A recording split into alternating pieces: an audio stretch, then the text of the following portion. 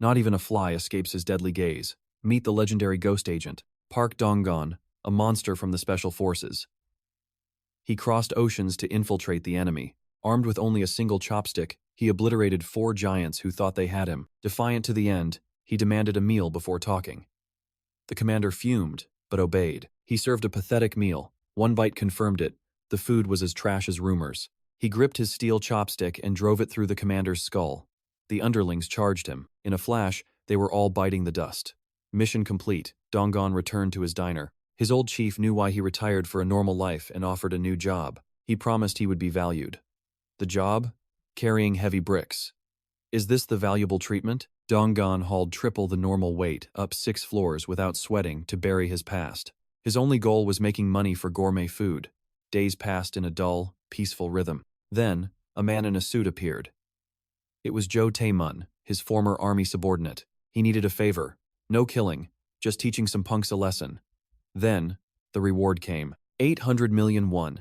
Dong-gon's eyes sparked. The payday was too sweet to refuse. He said goodbye to Sina, the cute teller he secretly adored.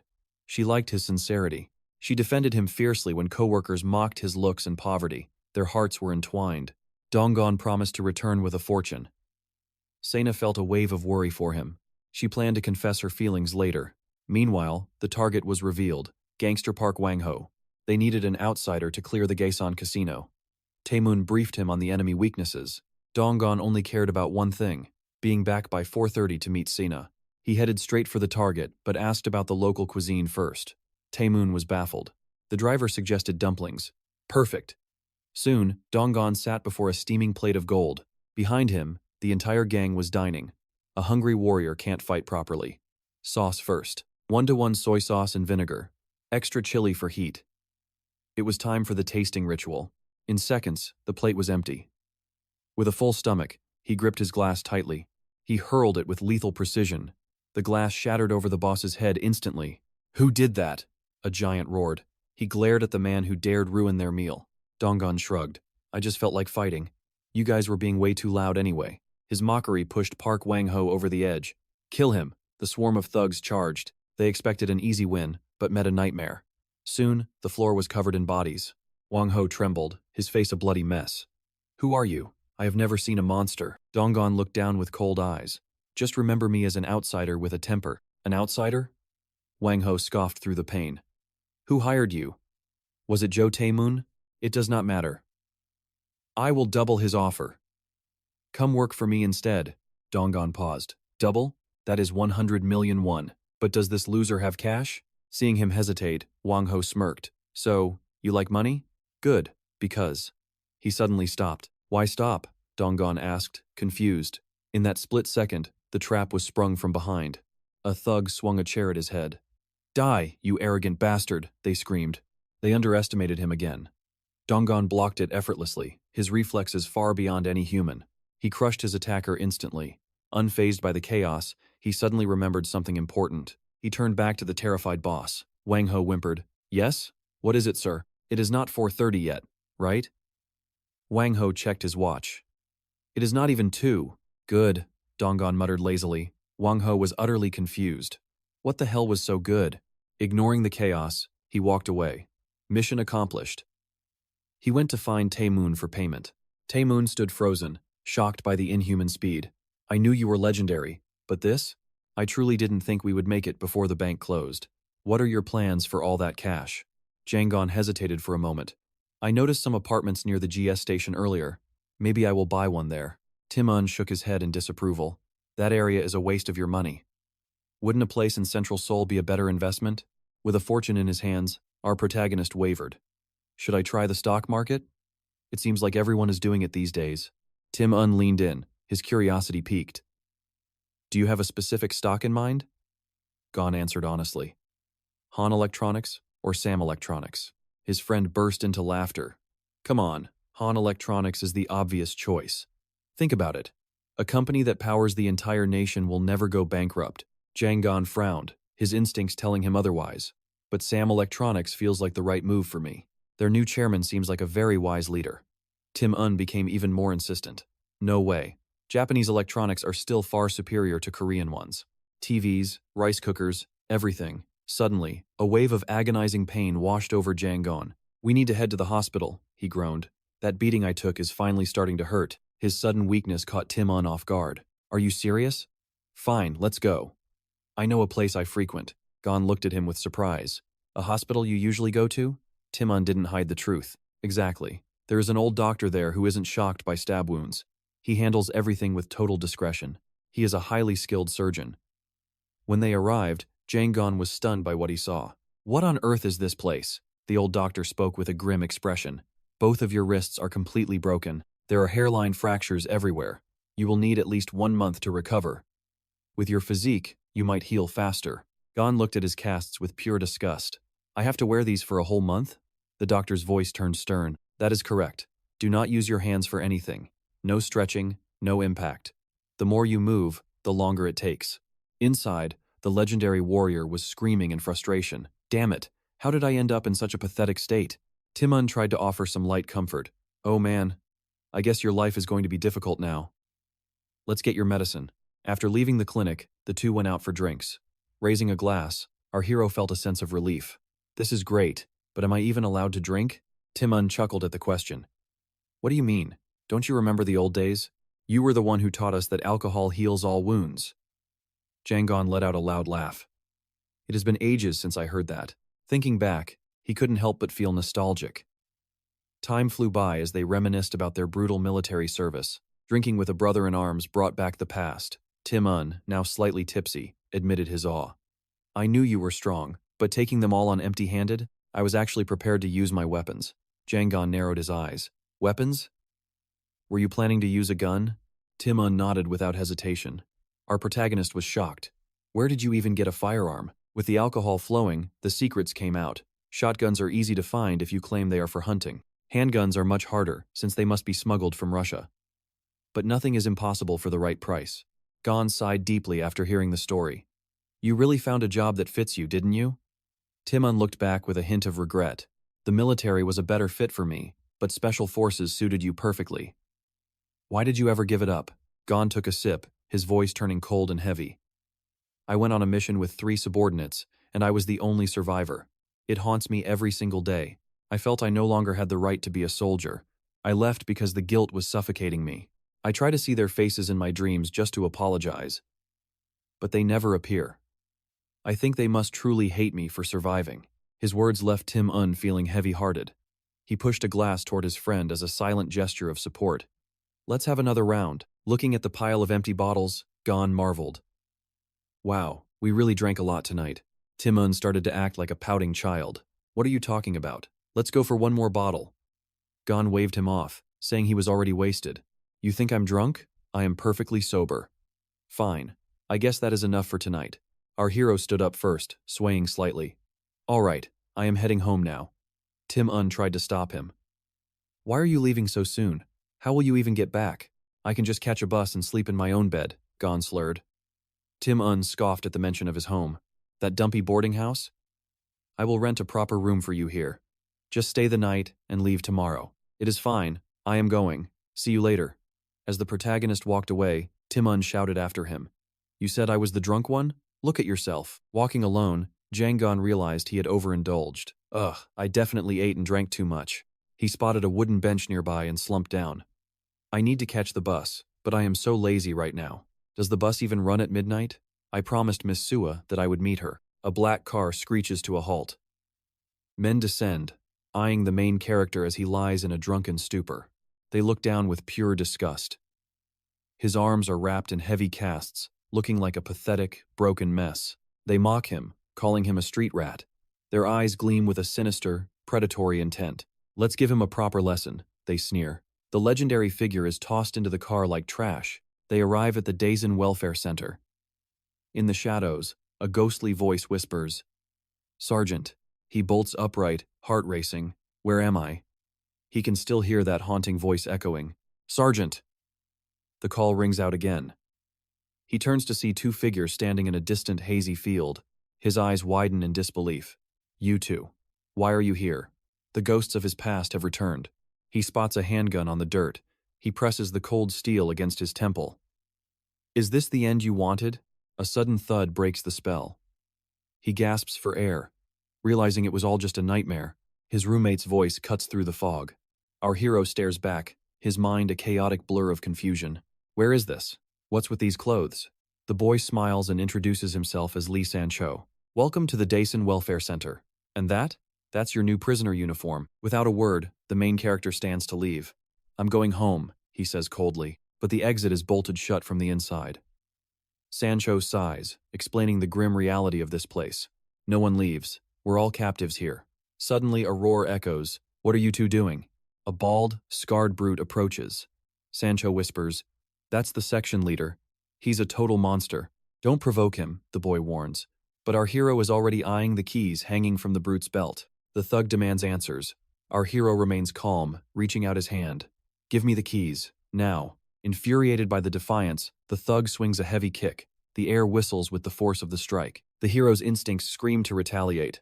But the doctor's warning flashes in his mind. Don't use those arms. If he strikes now, his recovery is ruined.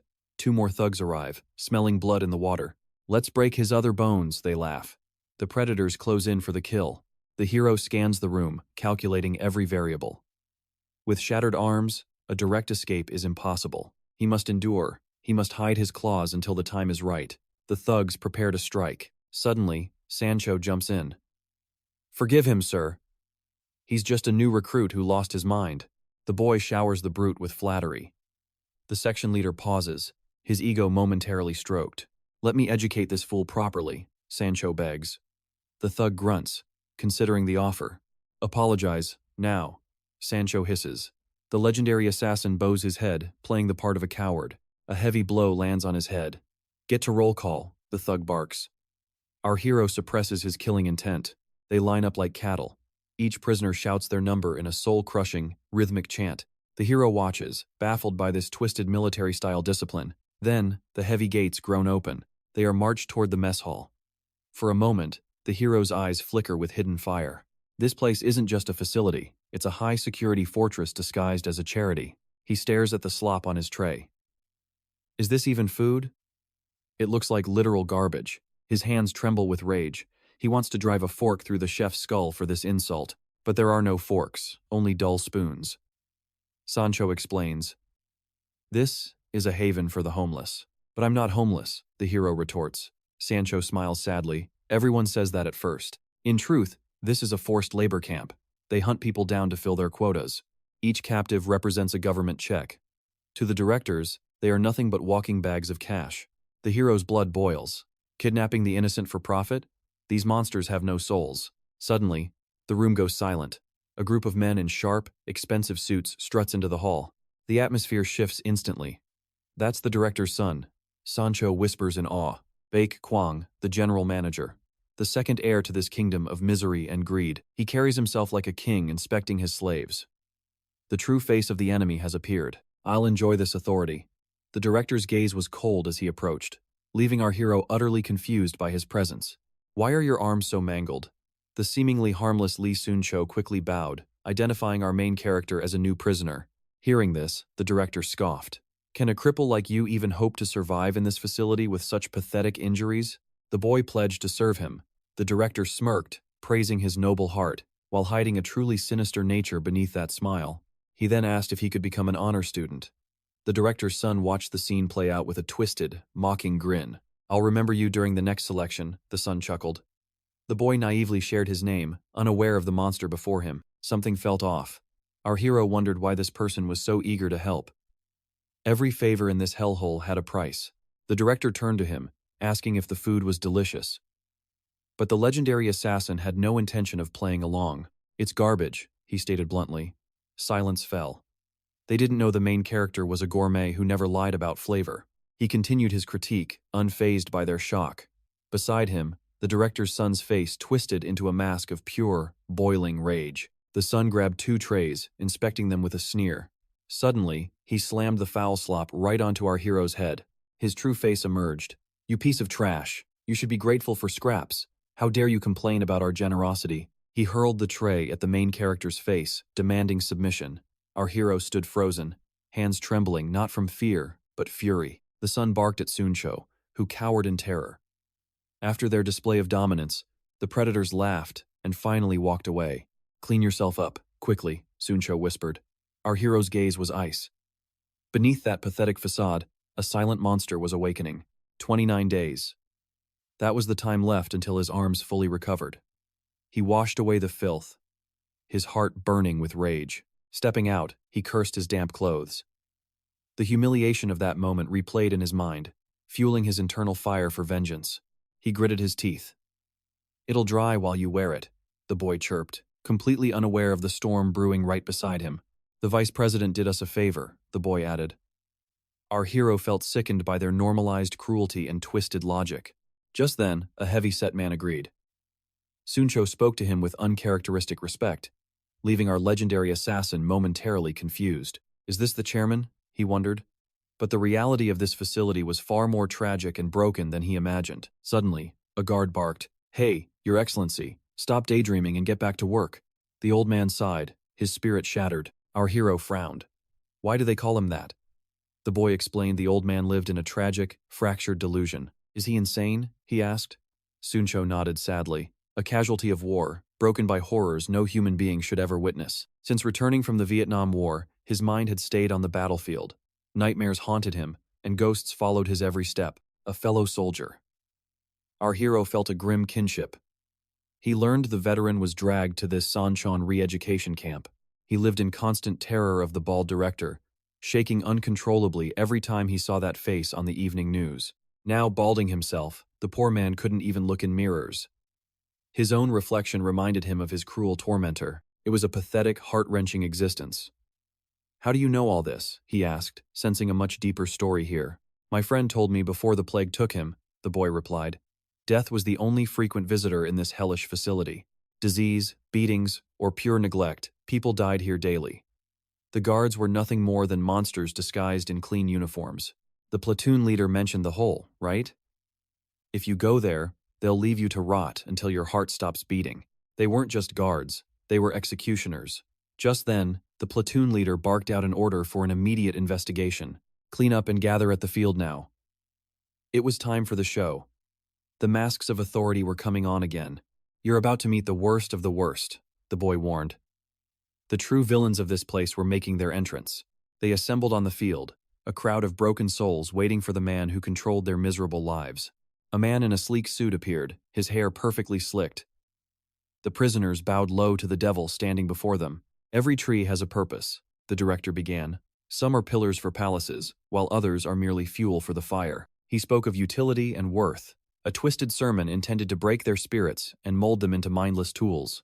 Comparing himself to a saint, he called the prisoners worthless wood, claiming those in the outside world were the true failures. "I am a master carpenter," he boasted. "I will prune you until you find your value." His arrogance was truly suffocating. The crowd clapped like machines. Our hero watched, disgusted. The man had no shame, spewing poison disguised as divine wisdom. While pretending to listen, our hero's eyes scanned the perimeter. He was mapping the facility, planning his path to total vengeance. High walls and jagged cliffs surrounded the facility. It was a fortress built in the heart of the impassable mountains. Only one way in the main gate. A frontal escape was suicide. But for a legendary assassin, it was just another challenge. The guards will strike at any moment. Our hero realizes escaping with these shattered hands is nearly impossible. The director's son showers him with fake praise. They share a sickening embrace, masking their true, dark intentions. Mockery fills the room as they discuss the legendary elite students. The crowd laughs, unaware of the coming storm. Lun is overflowing with confidence. He believes his future is secure because the vice chairman recognized his name. He explains the cruel system. Well-behaved prisoners become elite students. Only 4 are chosen to escape each month. The announcement continues as names are called out. These lucky few are promised a life beyond these prison walls. Panic sets in as the boy's name is skipped. Suddenly, an unexpected name echoes through the silent hall. A bald man roars in celebration. He marches forward, summoned by the vice general director to the stage. He stammers his gratitude, tears of joy streaming down. He dreams of home, while the others watch in envy. Our protagonist remains a silent shadow. Meanwhile, the bald man is led into the vice chairman's private office. "When can I go home?" he asks. The response is cold. A final medical checkup is required first. They claim it is for his health outside. A mysterious doctor enters, his eyes hiding a lethal secret. After a quick eye exam, the doctor reveals a sharp syringe. The air in the room turns deathly cold. The vice chairman calls it a nutrient boost. The needle pierces his skin, delivering a dose of pure betrayal. Vision blurring, the man collapses into a deep sleep. They prepare to strip him for the next subject. The doctor praises the chairman's ruthless efficiency. This man was a gambler who lost his family hospital. Having no business sense, he gambled away his father-in-law's legacy. Now, his body is the only currency left. The doctor mocks his financial failure. But the chairman's patience snaps, his eyes flashing with a dangerous warning. "Do not cross the line," he growls. "One mistake and the blood money vanishes. The deal is final." Elsewhere, the freed prisoner lies on a cold table. The harvesters prepare to take his liver and kidneys. Rage burns in the man's soul. Suddenly, his eyes snap open. He realizes the horrifying truth of his situation. He demands an explanation, but the captors only react with fury. The prey has awakened far too early. He lunges upward, heart pounding in confusion. The director tries to lie, claiming it is just a routine exam. A desperate punch sends the doctor reeling. The prisoner bolts for the door, driven by pure survival instinct. He sprints through the corridors, searching for the promised home, but a massive shadow blocks his path. A devastating blow shatters his face. He falls to the ground, dragged back into the heart of darkness. At a nearby restaurant, two men discuss the fallout. The rival organization has been completely neutralized and hospitalized. Congressman Choi has granted them the gambling rights. Everything is moving according to their master plan. The leader smiles, savoring his meal. The political ties are strong, and the money is finally flowing in. The congressman is aware of every detail. The entire operation was successfully executed in a single day. A cunning old fox, they call him. He reached the top through ruthless decisions and lightning-fast actions. Despite the success, a hint of worry remains. The grand opening is near, and everything must be perfect. They prepare the celebration, unaware of the brewing storm. The ribbon-cutting ceremony marks the beginning of the end. Jang Gon asks about the best dish on the menu. The driver recommends the dumplings, oblivious to his passenger. "I will return shortly," he says calmly. Inside, a man eats his meal, unaware a predator is near. Will he return safely? The question lingers. Our hero sits at the table, a monster hiding in plain sight. "My name is Jang Gon," he tells the boy. He claims his outside life was just simple physical labor. The boy nods, noticing his bandaged hands. He thinks he understands the pain, but he knows nothing. Memories of the chair smashing his arms haunt him. Suddenly, the squad leader arrives with a sharp bark. "Don't you dare slow us down," he sneers. Jang Gon stays silent, playing the part of the fool. A strike to the head forces a response. He grits his teeth and bows, hiding his lethal intent. He wonders why the doors are locked from the inside. It feels more like a cage than a facility. The boy explains the hidden secret. To avoid investigation, they change the locks to trap everyone inside. Now only the squad leader holds the key. They are prisoners of a system built on lies. Those without rank cling to their armbands. They are obsessed with a status that leads only to death. The truth was finally clear. His partner couldn't help but marvel, thinking of the elite status they had finally secured. The shady deal between the guard and the doctor was complete. But suddenly, the guard's tone shifted with a cold demand. Before he could react, a brutal kick slammed into his stomach. "Address the vice president as Lord next time," the guard hissed. Doubled over in pain, he watched as a stack of cash hit the floor. A cruel bribe to bury his humiliation. He grumbled, clutching the money. A small price for a broken rib. As darkness fell, the guard slipped away to meet a mysterious hooded figure. A silent exchange occurred in the shadows. The hooded man took the cash and delivered the tribute directly to the chairman. The chairman accepted the blood money, dismissing the messenger, but the reply sent chills down the spine. "Yes, father. Family ties bound by greed." The chairman locked the fortune away, unaware that a sleeping dragon was about to wake up. A deafening roar shattered the silence. Our protagonist jolted awake, marking his 4th day in this hellish rehabilitation center. He was slowly decoding the rhythm of this place. His years of legendary training made adaptation second nature, even here. The situation was infuriating, but he played the part of a fool. He just needed his shattered hands to heal first. For now, he treated this misery like a simple undercover mission. Every tasteless bite of food was fueled by a growing rage. In his past life, fear was a foreign concept. He had danced with death on countless legendary missions without ever blinking. But now, a different kind of anxiety gnawed at him. He could not stop thinking about Song An and their missed lunch dates, miles away. Song-an stared at the empty doorway, her heart heavy with an unspoken longing for the man who had vanished. A colleague urged her to take a break, offering to cover the counter. She forced a smile, her mind wandering to his last goodbye. Days had turned into an agonizing weight. She tried to trust his strength, but a dark cloud of worry refused to lift. She clung to the memory of his gentle smile. Little did she know, her gentle friend was currently being treated like a slave. "Is he hurt?" she whispered to the wind. In reality, the legendary assassin was staring at his own bandaged, broken hands. She knew him as an accident-prone klutz, but at that moment, the tyrant squad leader was looking for a fresh victim. An old man, claiming to be a former chairman, tried to take the blame. The squad leader sneered, grabbing him by the throat. "You want to be a hero, old man?" The leader barked. "I will double your workload. Have you lost your mind?" The old man stood his ground, claiming his dignity. The answer was a brutal fist that sent him crashing to the dirt. The protagonist watched, his eyes cold and devoid of their foolish glint. Slowly, he stood up, drawing every eye in the room. "Hey, you piece of trash, squad leader," he roared. The tyrant froze mid-step, unable to believe a fool had insulted him. The air grew heavy. People trembled as they saw the protagonist's gaze, a look that belonged to a predator, not a victim. Veins popped on the leader's forehead. "Are you begging for death?" he spat. But the protagonist, Jiang-gon, remained deathly still. The leader's lackeys circled in like vultures. Jiang-gon barely spared them a glance, calculating the shortest path to their demise. "I will end this before they can even blink," he thought. The squad leader lunged, his fist aimed at Jiang-gon's face. Time seemed to slow down. With explosive power, the protagonist launched into the air, his leg cutting the air like a blade. The squad leader had zero time to react. A devastating roundhouse kick connected with his jaw, sending him into the abyss instantly. He hit the ground like a sack of stones. The other two goons gasped in horror before charging at the fool. The onlookers stood paralyzed, jaws dropping. But Jiang-gon just flashed a chilling, bloodthirsty smile, adjusting his stance for the kill. Handling 3 with broken hands was a challenge. But 2? That was barely a warm-up for a legend like him. One goon wailed over their fallen leader, while the other charged blindly, fueled by a mixture of rage and terror. Jiang-gon toyed with him, stepping back with effortless grace. The goon grew desperate, his face twisting into a mask of hate. "You are just a lucky rat," the goon screamed, throwing a wild punch. But Jiang-gon slipped the blow as if dancing. A flurry of desperate strikes hit nothing but air. Then, with surgical precision, Jiang-gon shattered the man's balance with one kick.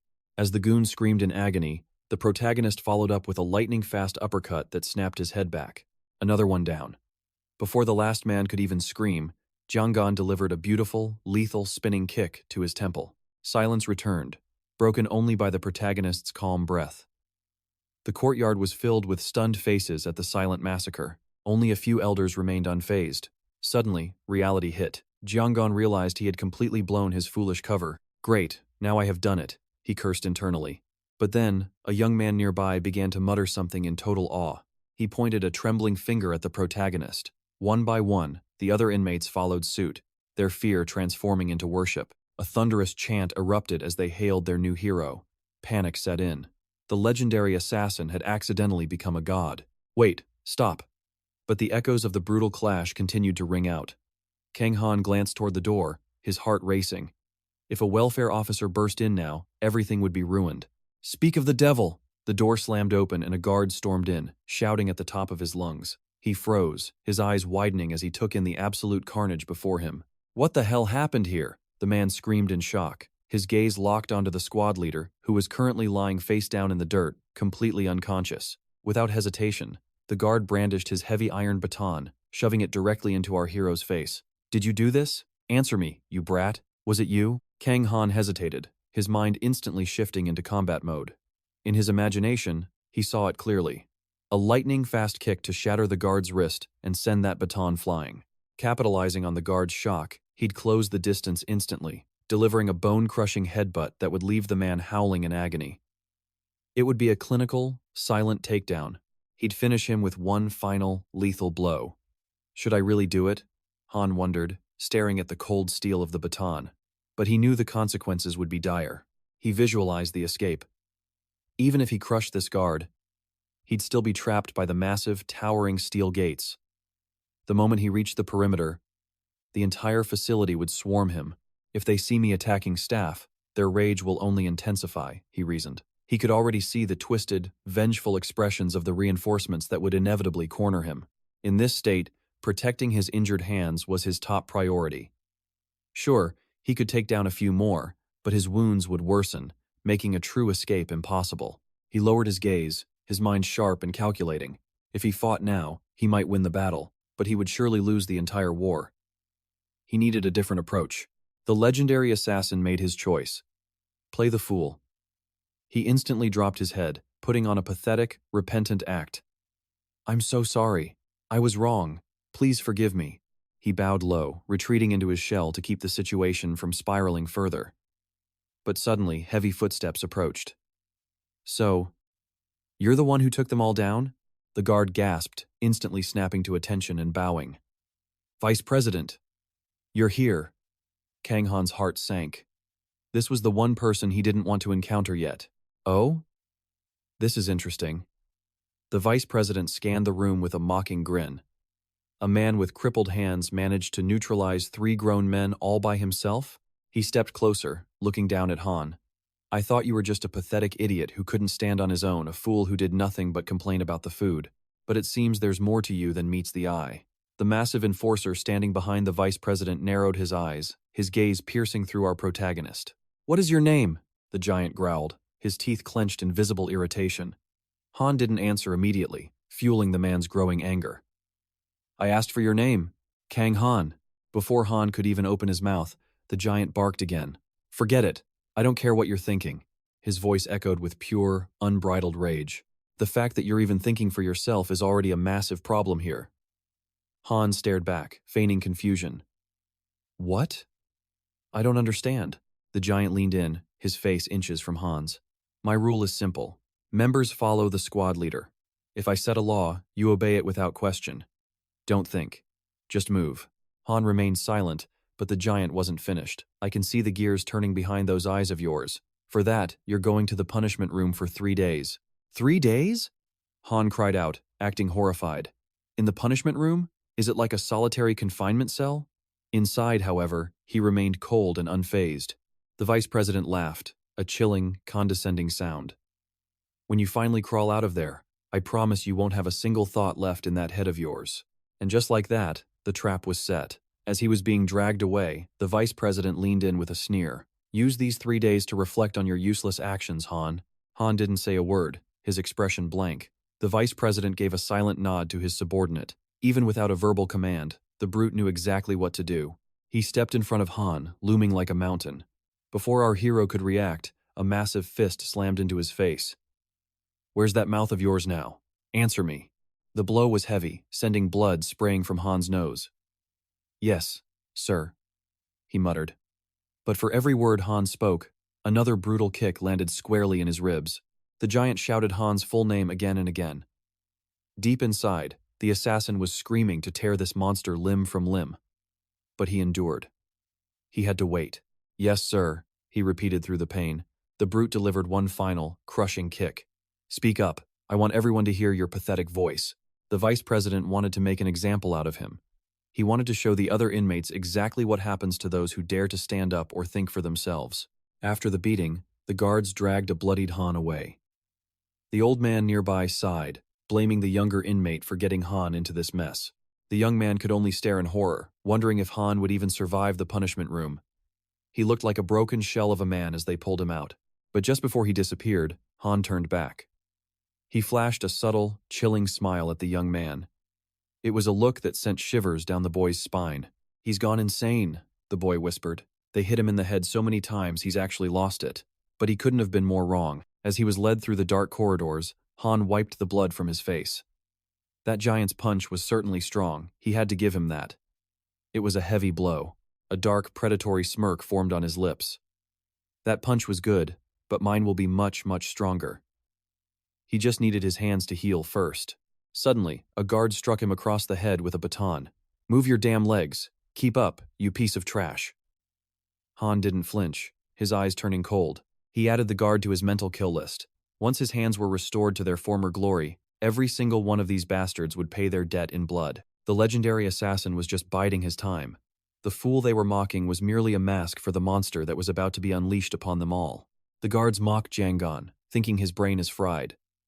They drag him toward the dark punishment room. As he's hauled away, 𝒔𝒂𝒂𝒔𝒊𝒏 remembers that heavy punch. The metallic taste of blood fuels his resolve. That strike had weight, he muses. But once his fist heals, he'll deliver a lesson in true despair. A guard's baton crashes onto his head. Faster, you trash. The man barks, unaware he's marked for death. 𝒔𝒂𝒂𝒔𝒊𝒏 adds another name to his list. Meanwhile, the platoon leader prepares his cowardly trap for the victim. The platoon leader was dead to the world until a sudden, brutal slap shattered his slumber. Jolting awake in a blind rage, he barked out a curse only to freeze in terror at who stood before him. It was the vice director, eyes cold and threatening. "Get up," he hissed. "We have guests to impress." He barked at the lingering crowd to get back to work, then led the two Park brothers away for a private talk. Polishing his spectacles with menacing grace, the vice president called the leader's name, making the man tremble with fear. With a look of pure disdain, he delivered the verdict. "I don't think you're fit to lead this platoon anymore." "Please, sir, I can do it," the leader begged, but the vice president merely slid his glasses back into place. "You can?" he sneered. "You were defeated by a brat who didn't even use his hands. Tell me, am I wrong? Weakness has no place here." He reached out, his finger grazing the leader's bandaged and broken hand. Cold sweat poured. It wasn't his weakness, but 𝒔𝒂𝒂𝒔𝒊𝒏's monstrous speed that was the problem, a secret he dared not share.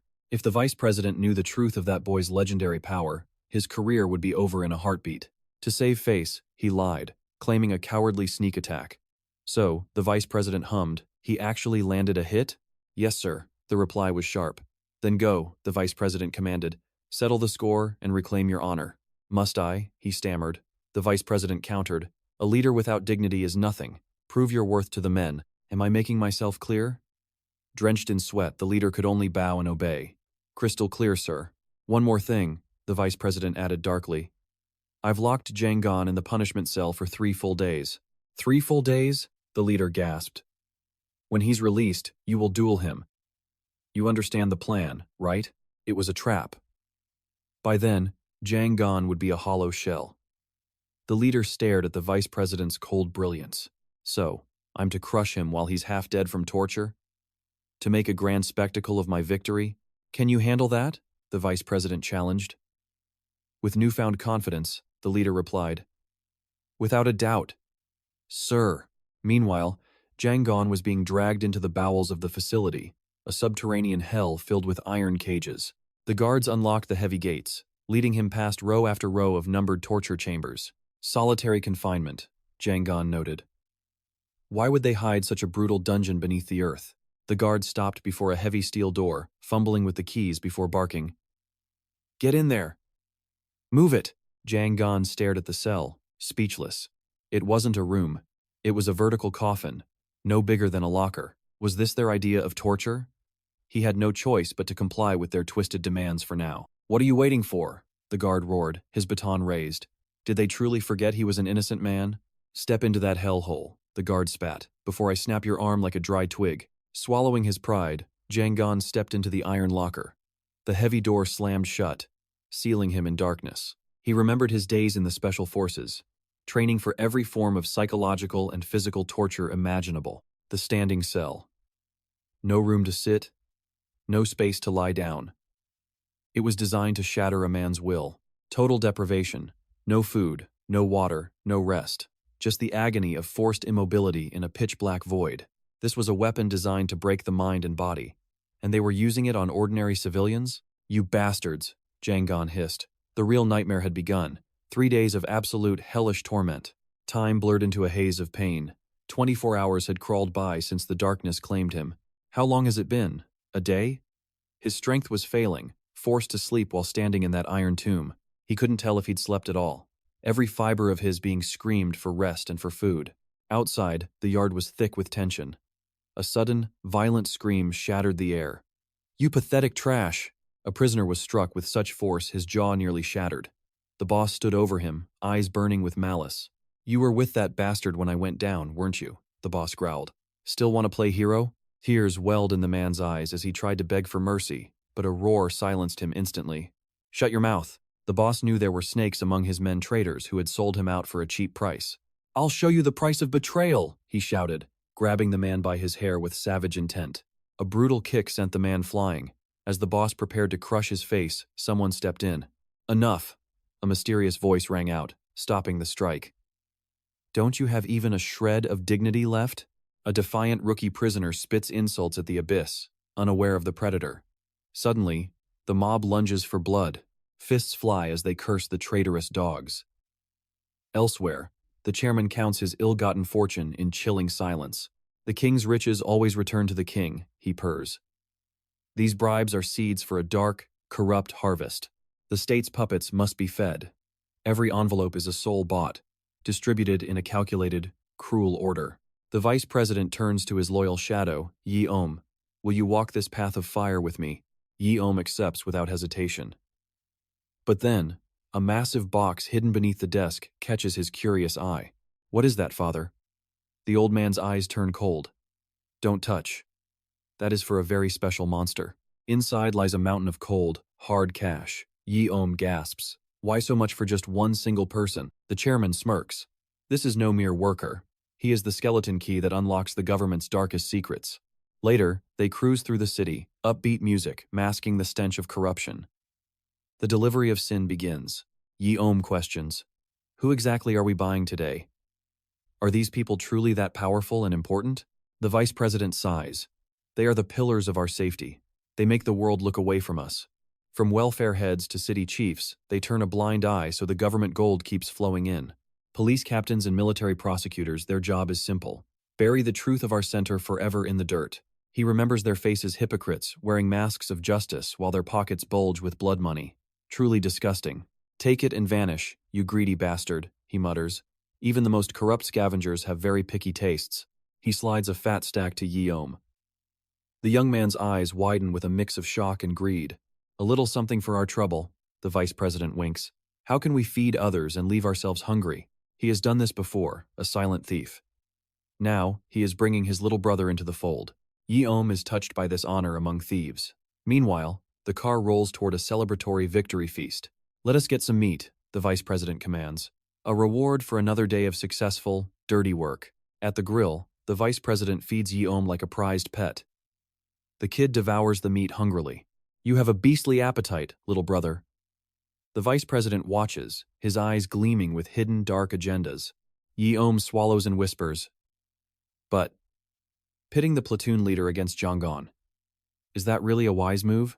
The vice president lets out a serpent-like laugh. "Do you really think a broken man can win a war? 3 days in the hole. No one comes out of that room with their spirit intact," he sneers. 𝒔𝒔𝒂𝒔𝒊𝒏 trembles. "But he took down 3 men with broken hands. He is not human, he is something else." The vice president leans in. "Exactly. If he is truly that strong, he belongs on our leash, not our list. How do we tame a wolf that just mauled its master?" 𝒔𝒔𝒂𝒔𝒊𝒏 asks, fearing the legendary assassin's return. "We break him first. Then, when he is starving and desperate, we offer him a single, golden scrap." Inside the dark cell, Jong-gon has withered. 2 days of silence, hunger, and bone-chilling. Absolute cold. His mind drifts to the sizzle of grilled pork and spicy kimchi. A simple dream keeping a monster alive, but his true anchor is Seong-an. He has not even shared a single meal with her yet. He visualizes that dinner a beautiful, peaceful moment amidst this chaos. It is his only reason to breathe. 3 days of torture finally end. The heavy steel door creaks open, revealing the light of his hell. The vice president adjusts his glasses, staring at the wreck. That look, that is the desperation I crave. "Take him away," he barks. Nearby, 2 other broken souls watch their comrade with hollow, weeping eyes. They rush to his side, catching his crumbling frame. "Damn it, they really tried to kill you, didn't they?" As they drag him toward the exit, the legendary assassin finally opens his eyes. A flicker of rage remains. "Your face," Jong-gon rasps. His friend had been beaten bloody just for standing by his side. The older man tries to smile through the pain. "I am fine. Just focus on walking." "We are almost out." They stumble forward, shadows of their former selves. "Where are they taking us? I need to eat something." A cold voice cuts through. "No food for dogs." The atmosphere turns heavy as the predators begin to gather. A massive, scarred titan steps forward, his eyes locking onto the weakened Jong-gon like a hungry vulture. The protagonist feels the murderous intent. Even broken, his instincts scream. The real slaughter is about to begin. The plan is simple.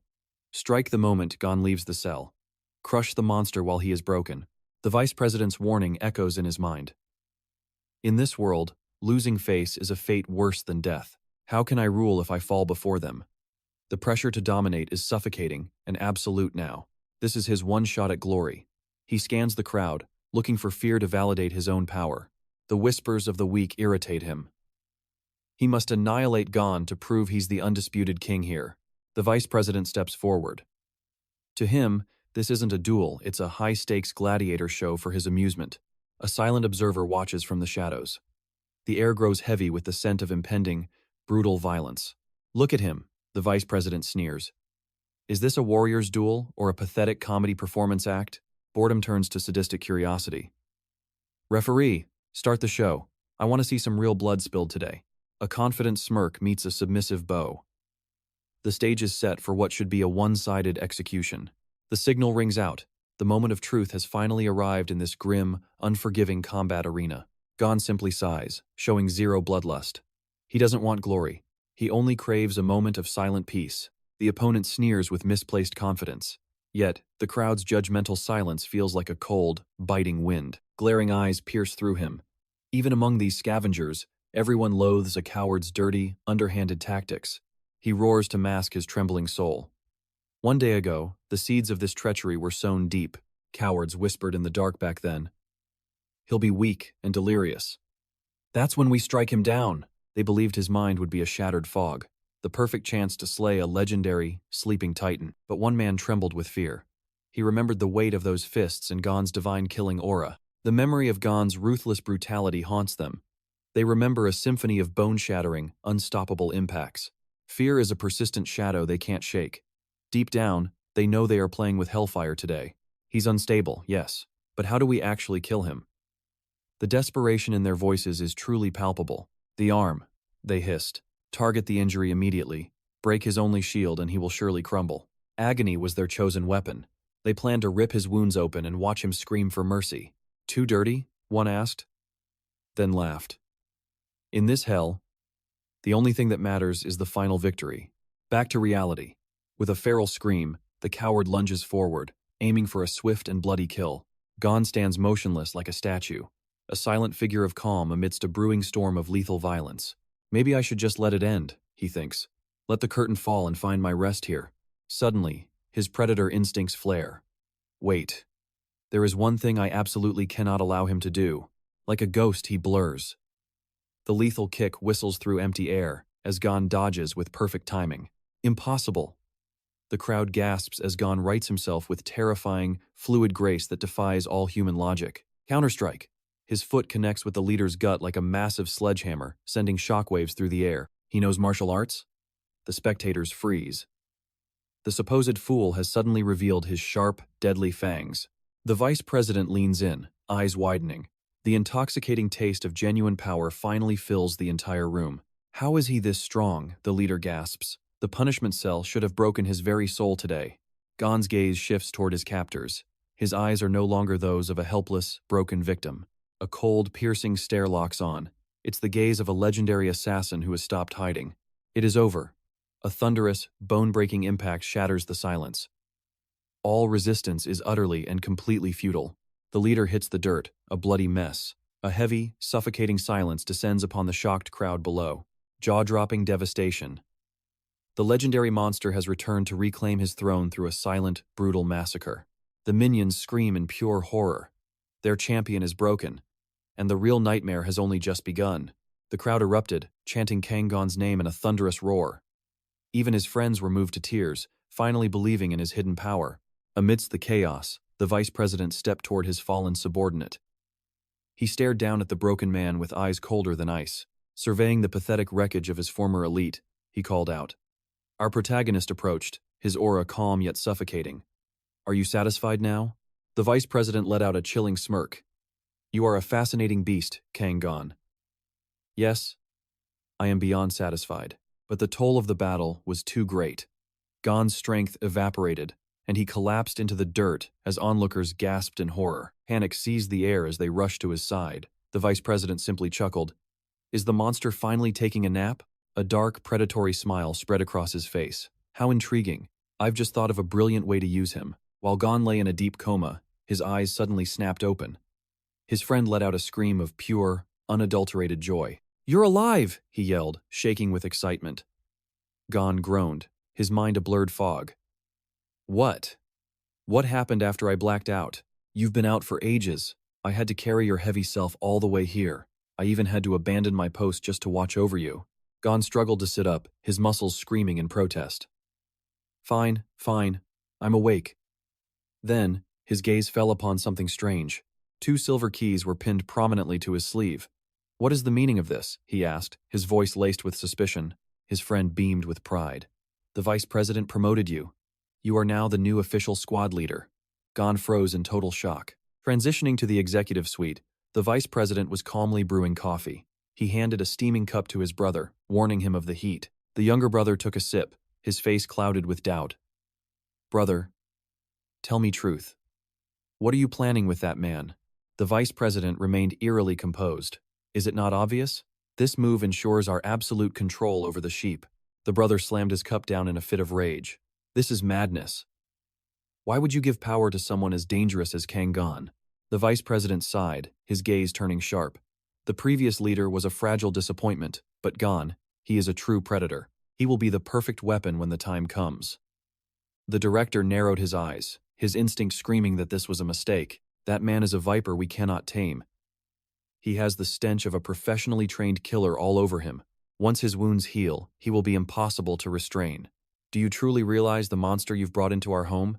The vice president leaned forward, his voice a low, menacing silk. "Do you know why the masses never dare to rise against us? If 30 men charged at once, they could easily slaughter a guard. Mathematically, our defeat should be a certainty, shouldn't it? But they never strike. Not a single soul dares to rebel. They are held captive by something far stronger than iron bars." The director hesitated. "Is it the fear of being labeled a traitor?" The vice president gave a slow, haunting shake of his head.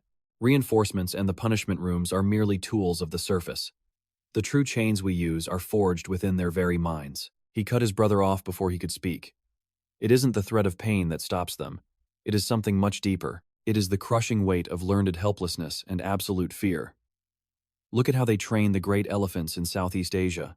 They bind the calves with heavy chains and beat them with iron hooks. They break their spirit until the calf believes resistance is impossible. When that elephant grows, it could easily crush a human with one step. But it stays shackled by a thin rope, paralyzed by the memory of pain. Kang Gon is no different from those broken beasts. We will train him, break him, and make him our ultimate puppet. By making him leader, we give him the illusion of comfort. We let the wolf grow fat and lazy in a cage made of gold. In time, he will forget his fangs and call this hell his home.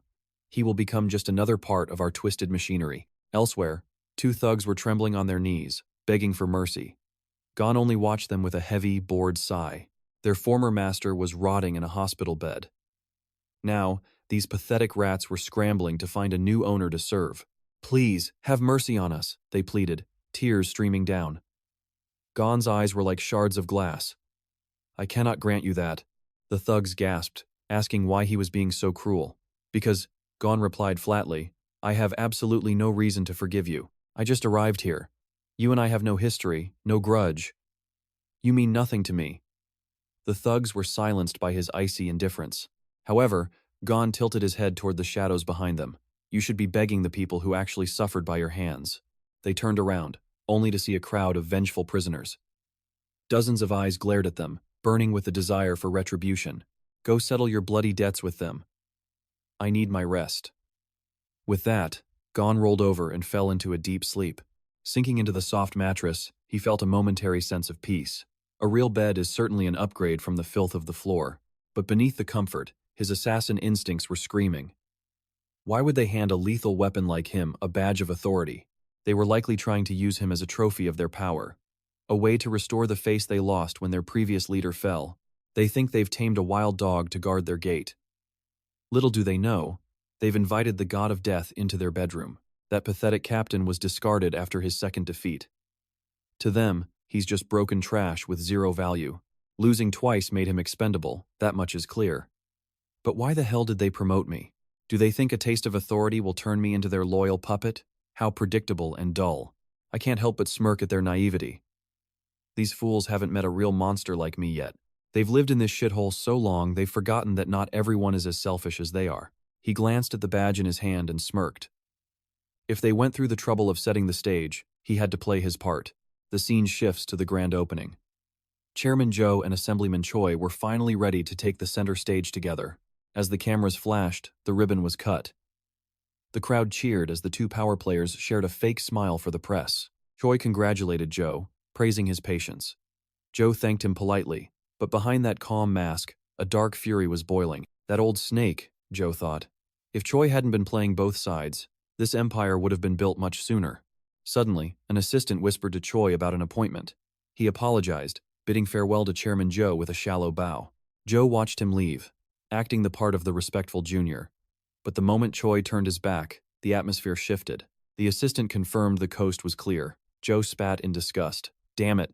Do I really have to deal with that fossil again? Send him some apples as a gift next time. The assistant nodded, knowing the hidden insult behind the boss's cold gesture. Zhou's face instantly brightened. Let's go eat. I'm buying the best wontons in town for everyone today. The table was overflowing with food. Amidst the laughter of his loyal men, Chairman Zhou looked like a simple, happy boss. You bastards really ate everything? A subordinate tried to pour him a drink, praising his hard work and leadership.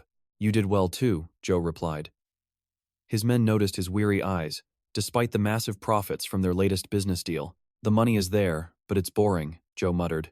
His men were confused. Everything had gone exactly according to their plan. The strongest should stand at the peak. I cleared the trash to get here, yet I still find myself crawling. I hate bowing to those high-born parasites. The rules of this business are filthier than the back alleys I came from. After the meal, his men escorted him to his car, reminding him to stay safe. He waved them off with a tired smile. Halfway home, Zhou suddenly told the driver to pull over.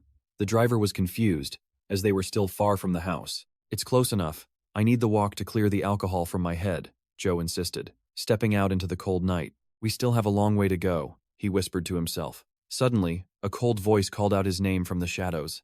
A group emerged. Taemun. Sorry I missed your grand opening. I heard business was booming, the leader sneered. Zhou's eyes turned sharp. Where are your friends? Still rotting in the hospital after our last encounter? The leader's face darkened. I'm here for answers. Zhou smirked. Win a fight first. Then I will tell you anything. The provocation worked. Enraged by Zhou's casual arrogance, the leader cursed and ordered his thugs to swarm the lone man. Zhou just laughed. Maybe that walk was a good idea after all. I have never felt more awake than right now. Kill that bastard. A thug swung a wooden club, but Taemun moved like a ghost, dodging the strike effortlessly. Too slow, Zhou whispered playfully. He leaned back as the wind of the club whistled past his nose in a blur. Another thug lunged, calling him arrogant.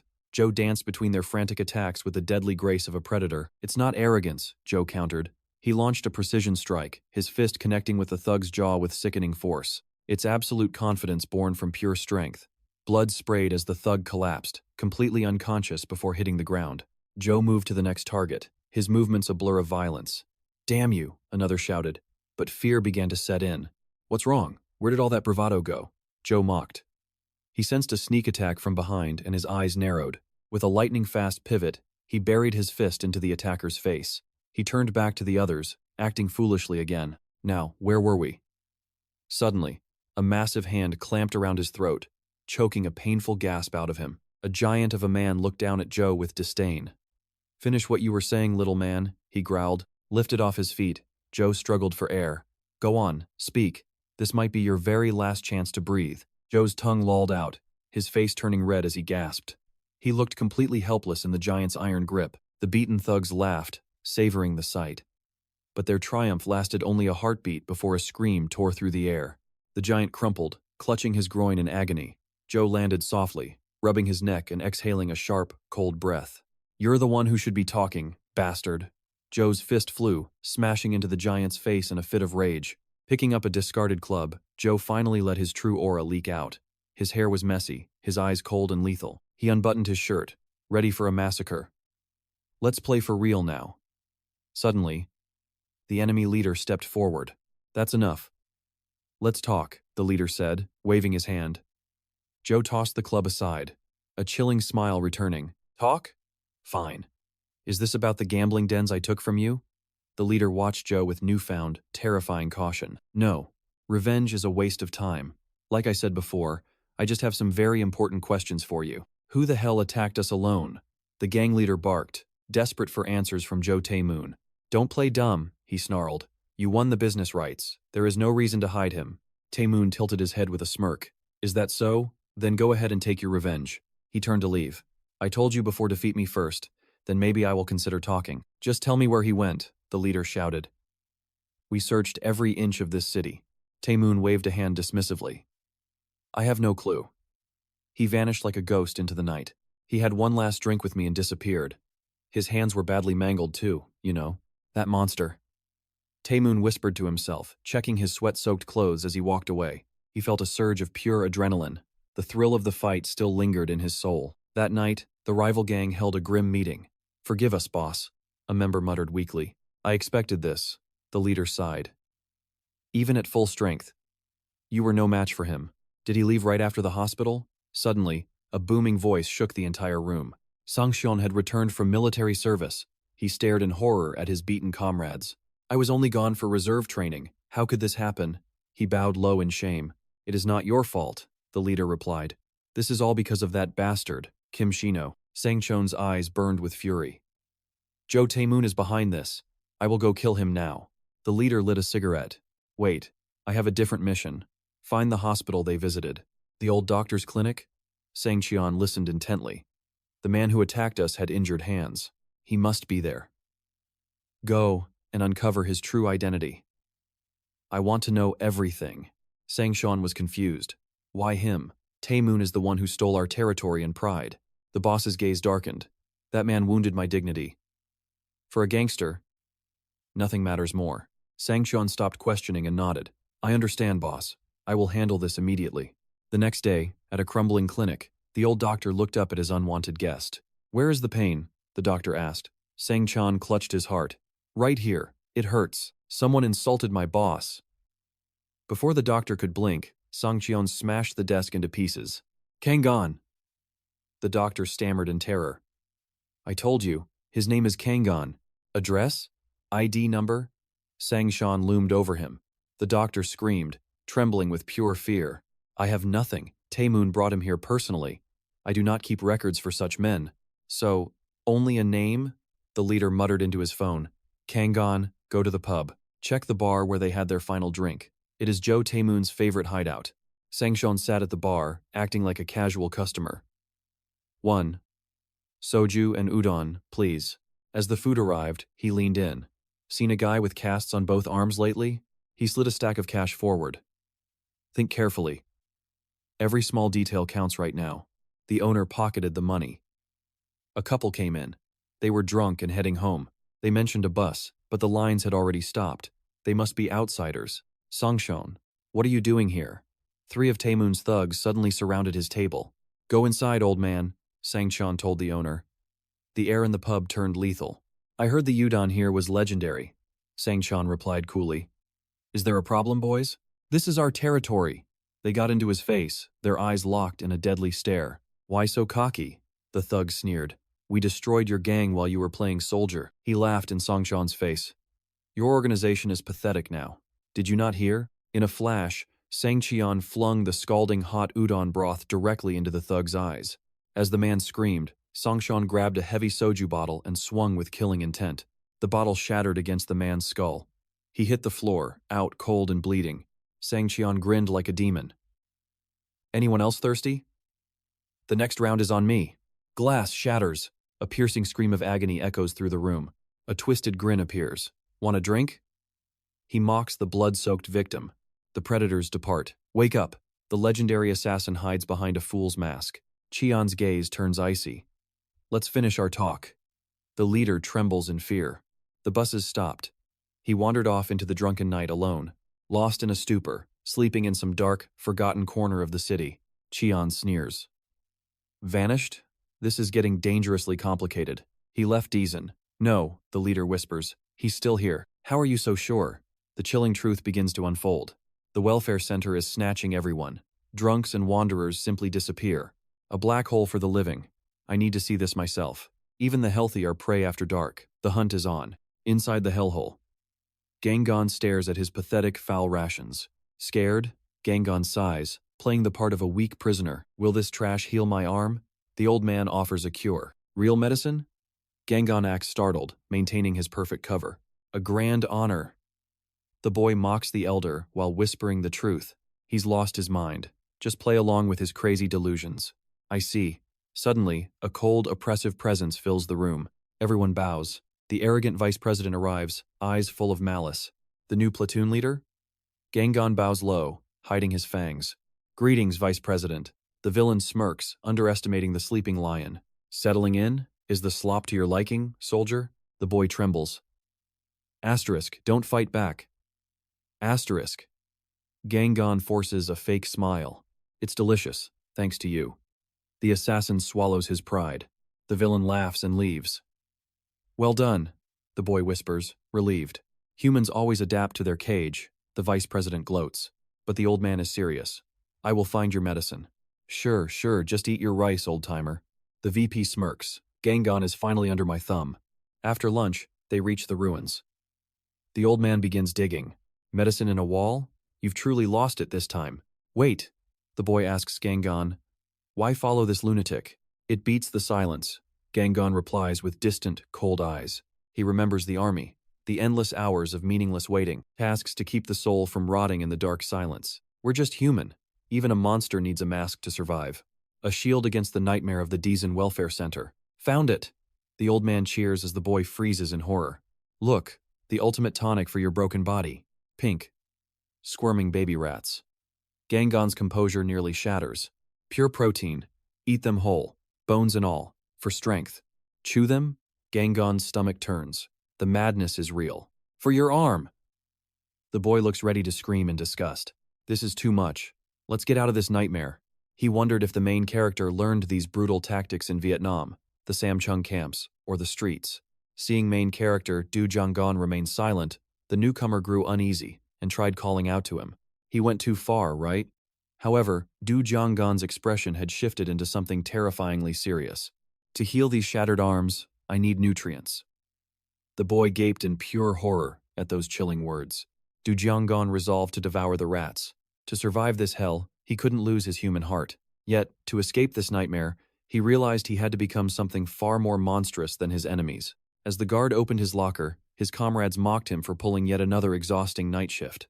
They were jealous of his freedom, teasing that since he was single, he had no reason to hurry. He claimed being single was exactly why he was excited, but cold sweat beaded his nervous brow. I'm off then. He bit his nails. There was something he craved more than any woman's embrace. Staring at the gambling chips, he prayed for a miracle. He had borrowed a mountain of debt. His eyes widened as he checked his hand. This time, he was certain he would win it all.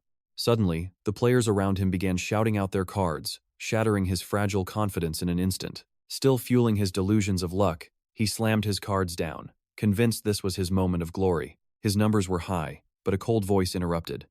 Is that your play? Or just another bluff? Terror gripped him as his fortune vanished. Suddenly, a massive hand gripped his shoulder like a vice. Lost all that borrowed money already?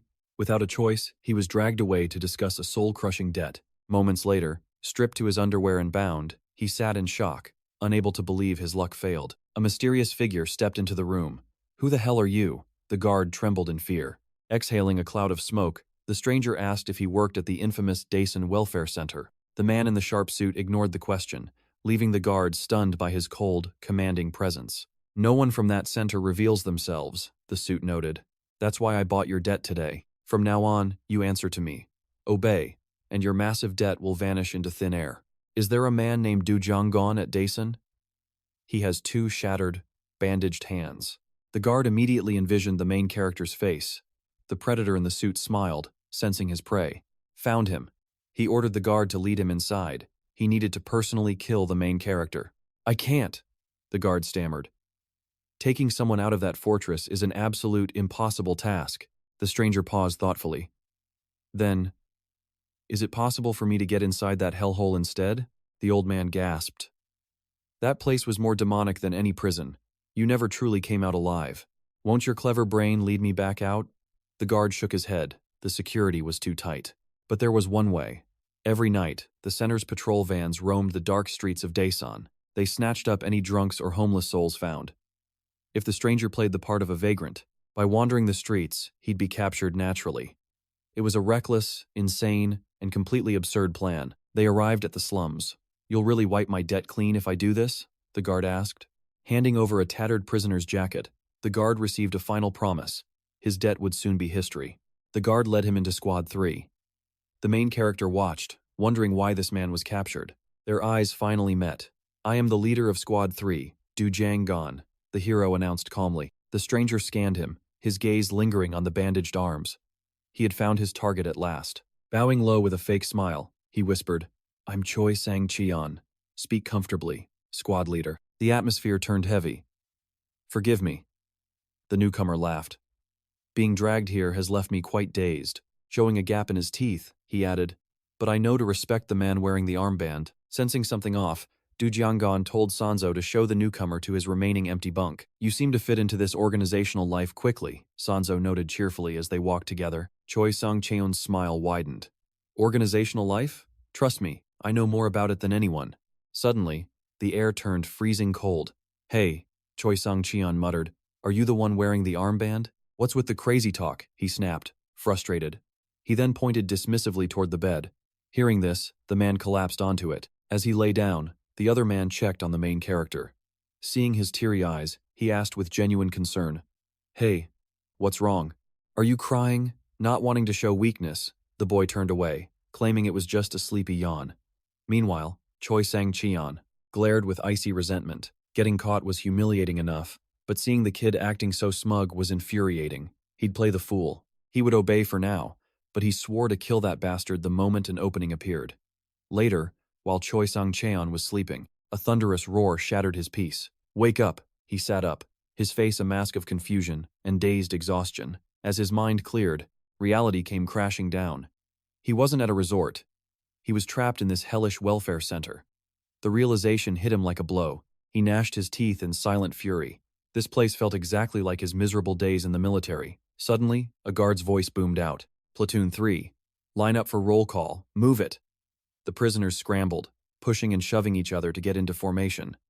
Among them was Sang-cheon. As he stood in line, his mind raced with calculations. Reaching the target here would be nearly impossible. But he was a patient predator. He would endure these miserable days and wait for the perfect strike. He vowed to make the protagonist's remaining life very, very short. But right now, a more immediate horror awaited him. Choi Sang-cheon looked down at the food in his hands and was utterly speechless. Disgust surged through him. He wanted to scream that even military rations were better than this slop. It was a true culinary nightmare. Yet, to survive, he forced himself to swallow the foul meal. "This is all because of that dog, 𝒔𝒔𝒂𝒔𝒊𝒏." He cursed under his breath. He shot a venomous glare at the man, who was struggling to eat every single bite. For a moment, a strange pity flickered. He's probably never tasted such garbage before, he thought. The scene shifts to the grueling labor site where prisoners haul heavy stones. Sweat soaked their clothes as they performed back-breaking work.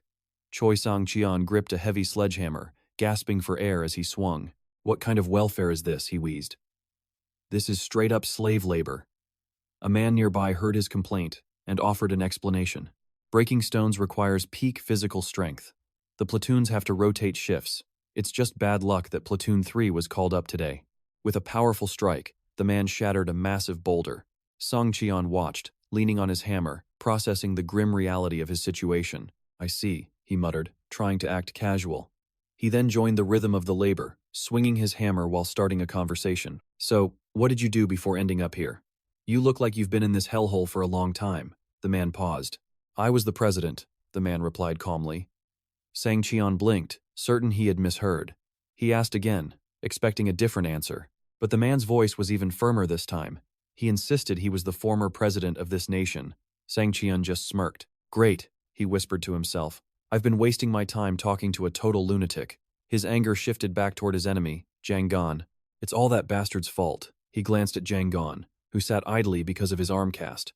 "Are those hands even broken? Lucky brat." His resentment was cut short when a guard strapped a massive cage of rocks onto the boy's back. But then, the unexpected happened.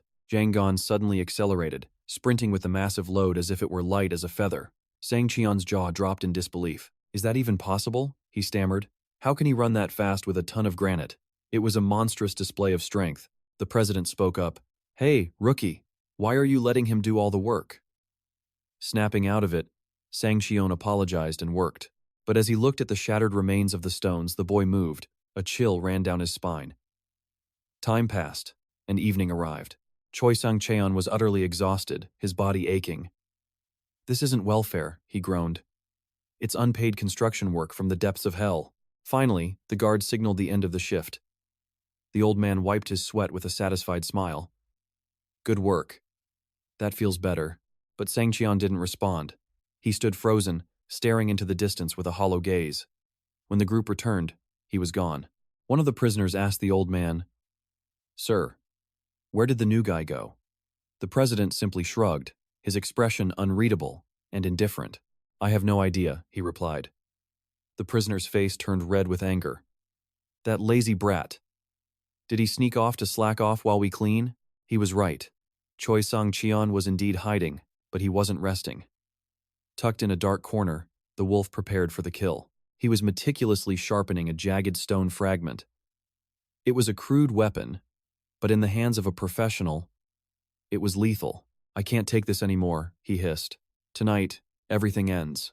The scene shifts to the dead of night, where silence reigns over the camp. While the others were lost in deep sleep, Choi Sang-cheon's eyes remained wide open, darting around the room like a predator. He clutched the sharpened stone, creeping silently toward his target.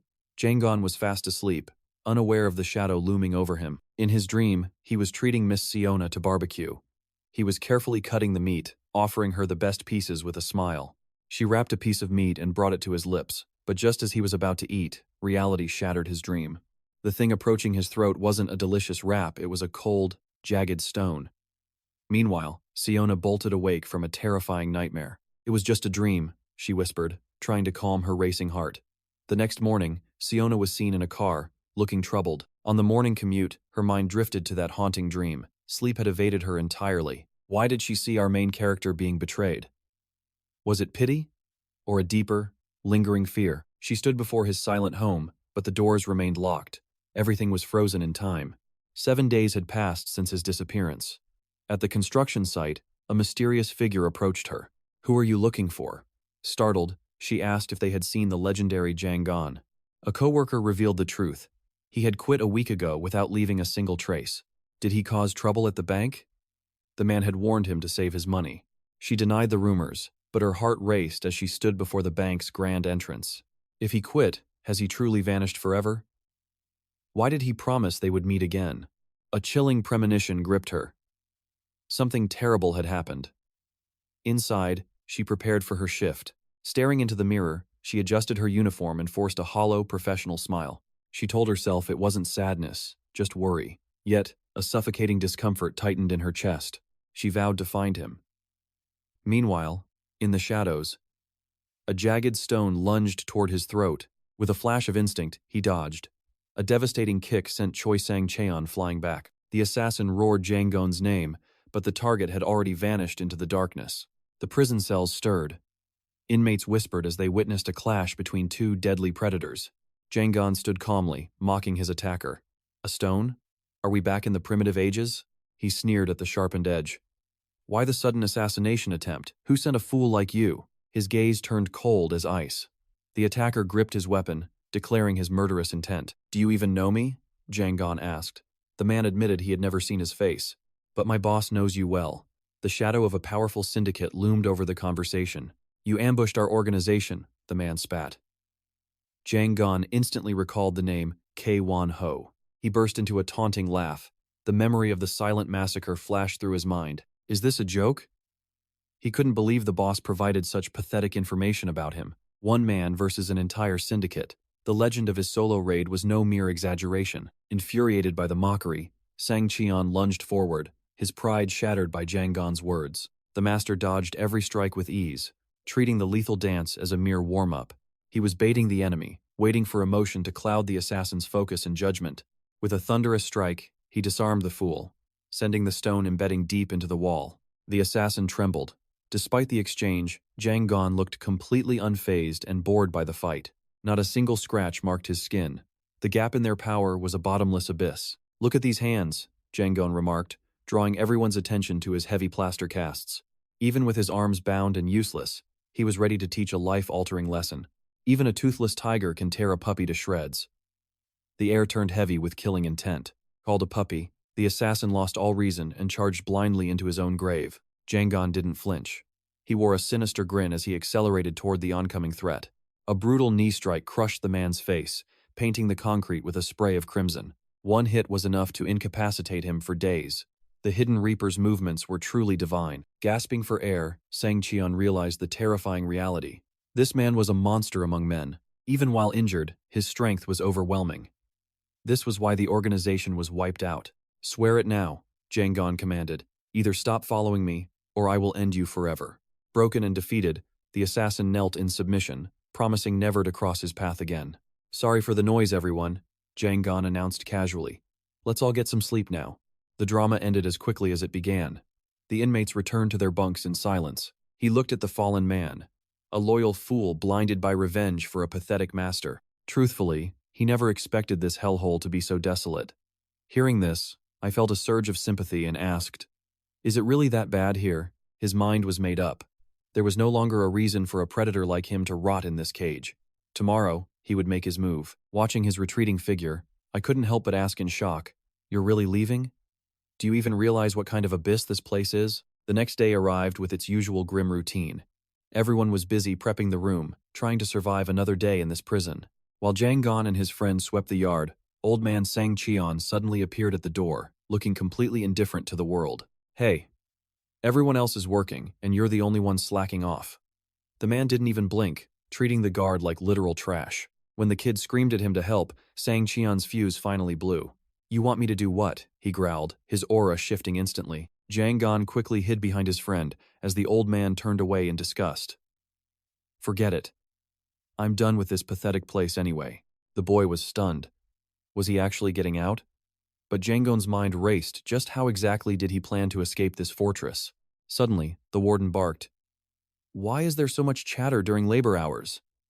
𝒔𝒔𝒂𝒔𝒊𝒏 just sneered, his arrogance reaching peak levels. "I don't need an order to leave. I go when I feel like it." The old man walked straight toward the head guard without a hint of fear. The guard flinched, backing away as if facing a literal monster. "I'm finished with my business here," 𝒔𝒔𝒂𝒔𝒊𝒏 declared. "Now, let me out." The entire room froze in shock. Who was this crazy old man? Another guard rushed over, but the atmosphere only grew more suffocating. "I told you, I'm done. Do you not understand human speech?" He looked them dead in the eye. "I'm going home. I'm not some vagrant." Before he could finish, a guard grabbed his collar, hissing a threat. "This isn't your personal welfare center, you old bastard." 𝒔𝒔𝒂𝒔𝒊𝒏 didn't even flinch. "I've reached my limit with you losers." The guard sneered back. "You've forgotten your place, haven't you? If you keep acting up, I'll make sure your debt is never erased." At those words, the guard's face turned a ghostly shade of pale. Jangon watched them whisper, confused by the sudden tension. "What's with those two? Are they secretly dating or something?" The guard suddenly drew his baton and roared, "To hell with this. It's not fair." 𝒔𝒔𝒂𝒔𝒊𝒏 just sighed. "Wait. Why so angry? I just had a brilliant idea. If I just lock you away in this hole forever, my debt automatically vanishes, doesn't it?" Without warning, a fist slammed into the guard's jaw, swelling his face like a bloated bun before he could even realize what hit him. A heavy baton then crashed into his face, sending a spray of blood into the air as the guard shrieked in absolute agony. Other guards rushed in to stop the massacre, but they were instantly pulverized, unable to escape their fate of being brutally beaten. While the guards were being dismantled, Jangon and his friend could barely contain their laughter. "That new guy is a complete beast, and to think I actually beat him the other day," Jangon chuckled. "You're overestimating me, man. I'm starting to get embarrassed." Looking at the pathetic guards being tossed around, Jangon realized something. Even with his arms in casts, he could still crush them. Back at the scene, the old man was still relentlessly raining blows down on the guards, ignoring their pathetic pleas for mercy. Suddenly, a massive hand stopped the old man's swing. 𝒔𝒔𝒂𝒔𝒊𝒏 struggled to break free, but the grip was like an iron vice. With a sudden burst of power, the old man was sent flying back. Jangon's eyes narrowed. "I forgot. Even if we beat the guards, he's here." The vice director's younger brother, Park Yom, had arrived. He was a monster of a different caliber entirely. Park Yam knew the prisoners were watching. To keep them in line, he had to make a bloody example of this rebellious old man. He needed to show them the true meaning of fear, to ensure they knew that resistance only led to a one-way trip to the grave. It was all about psychological manipulation, making them feel powerless. But then, Jangon stepped forward, breaking the tension. "Wait, I'm sorry, sir." He bowed low. "He's in my squad. He just got a bit too impulsive and caused this mess." Jangon knew that if he didn't intervene, a murder was inevitable. He wasn't ready to witness a death sentence just yet. Pretending to be humble, Jangon pleaded, "Please, give me a chance. As the squad leader, I'll discipline him properly myself." Park Yam sensed something was off. This kid was different from before. Why would he risk his life for a mere squad member? "You'll discipline him?" Park Yam looked at the squad leader armband. It seemed the boy had finally accepted his reality in this hell. The monster held out a blood-stained baton toward the boy. "Fine, educate him. But if he bites again, you'll be the one I break." He turned to the injured guards, demanding the full story. One guard struggled to stand, his voice trembling with rage and fear. "That lunatic, he just started screaming at us that he was leaving. His arrogance was absolutely beyond belief, sir." Another guard scrambled over, bowing frantically. "I'm deeply sorry for this chaos. I should have kept a tighter leash on them." Jangon ignored them and helped the battered Sang Qian to his feet. "What were you thinking, demanding to leave like that?" Sang Qian spat blood, his eyes burning with a hidden fire. "That man. He's the one who promised me my freedom." Covered in wounds, the victim begs for mercy. "Sang Qian warns me that the guard is a sadist. That bastard sued me behind my back. Can you believe it? As your elder, I'm warning you from now on. You'd better watch your step. Be careful. Today's chaos put the guards on high alert. They can smell the bad blood between you and that shady staff member now." Sang Qian scoffed. "Why should I hide? That dog is the one who should be trembling in fear." Another day of hard labor begins. While the others worked in silence, Jangon focused on his task. He turned to the bruised Sang Qian with a sharp gaze. "So, you threatened a staff member over gambling debts and ended up here? I'd rather you just get me out of this hellhole." The main character pouted, but escaping wasn't that easy. "Still, you've got some guts coming all this way for a friend, don't you?" Sang Qian's face darkened with regret. "I had no idea this place was such a nightmare when I stepped through those gates." He questioned the protagonist. "So, what's the plan? You aren't seriously planning to rot in this dump forever, are you?" Jangon stared at his heavily bandaged hands. "Once these heal completely, I'm leaving. But when exactly will that be? The doctor said it would take at least 1 month for a full recovery." He paused, looking at a nearby inmate. "Has it already been 2 weeks since I arrived?" "Yes, boss," the man replied instantly. Jangon fell back into thought. Over half a month had passed. Time was ticking. "I have to get out of here, no matter what it takes." The task seemed impossible, yet the main character's resolve was unshakable. Freedom was his only goal, regardless of the cost. Sang Qian sighed in despair. "I've got nothing. Does anyone even know you're locked up in this godforsaken place?" "I told everything to Boss Quan Ho," he muttered. Meanwhile, in another location, Quan Ho slammed his desk in a fit of rage. "Where the hell is Sang Qian? Why hasn't he called?" his subordinate suggested. "Boss, what if Jangon already took him out?" Quan Ho bristled with irritation. "Dead or alive, he should have checked in. Listen up. Gather the boys immediately. We're moving out." Sensing his leader's murderous intent, the heavy-set man bowed. "Yes, sir. But where exactly are we heading?" Sang Qian mentioned Jangon was at the Dan Welfare Center. "He went in to catch him, but we've heard nothing since." The silence was deafening. "We're going to that center to find him ourselves." The gang piled into a sleek black car. They sped toward the facility. The subordinate drove, while Quan Ho sat in the passenger seat, his expression cold as ice. The drive was eerily silent until they reached the gates. One by one, massive thugs stepped out, ready for trouble. Who builds a place on a hill like this? A staff member emerged, trembling at the sight of the uninvited guests. Bam! An iron bar slammed against the gate, making the guard jump. "Shut your mouth and open up right now." Their roar sent the man scrambling to the floor. Seeing the commotion, other employees rushed to the scene in a panic. "What's going on? Who do you think you are? Acting so recklessly?" A senior staff member shouted at the intruders. Quan Ho stepped forward, his face a mask of pure fury. "Do I look like your kid? Try saying that again." The staff fell silent. A younger employee nervously adjusted his glasses. "Please, if you could just tell us your business. My little brother is inside this dump, and I'm here to get him." "Your brother?" The staff exchanged hesitant glances. Yeah, my brother 𝒔𝒔𝒂𝒔𝒔𝒊𝒏. Bring him out now. Outside, the situation was spiraling into complete and total chaos. From the shadows, an insider recognized the mob. Wait, isn't that Choi's notorious gang? Are they really here for him? What's all this racket? The vice director appeared like a ghost behind him, sending a shiver down his spine. Vice director. It seems we have some unruly visitors looking for an inmate. He watched the scene with cold eyes. I'll handle this, he replied calmly. The staff member's heart sank. If the vice director finds out what I did, I'm dead. May I ask what brings you here? The vice director spoke with a polite smile that didn't reach his eyes. Are you the boss here? Then open the damn gate. Kwanho's voice dropped to a threatening, low rumble. My apologies, but unauthorized entry is strictly forbidden, Kwanho snapped. Forbidden? Don't give me that crap. My brother is in there. Your biological brother? The vice director raised an eyebrow, clearly doubting the claim. He's my sworn brother. Close enough. The vice director's expression soured. This was turning into a massive headache. Kwanho casually sat down on the pavement. What on earth are you doing? The vice director gasped in shock. He signaled his men.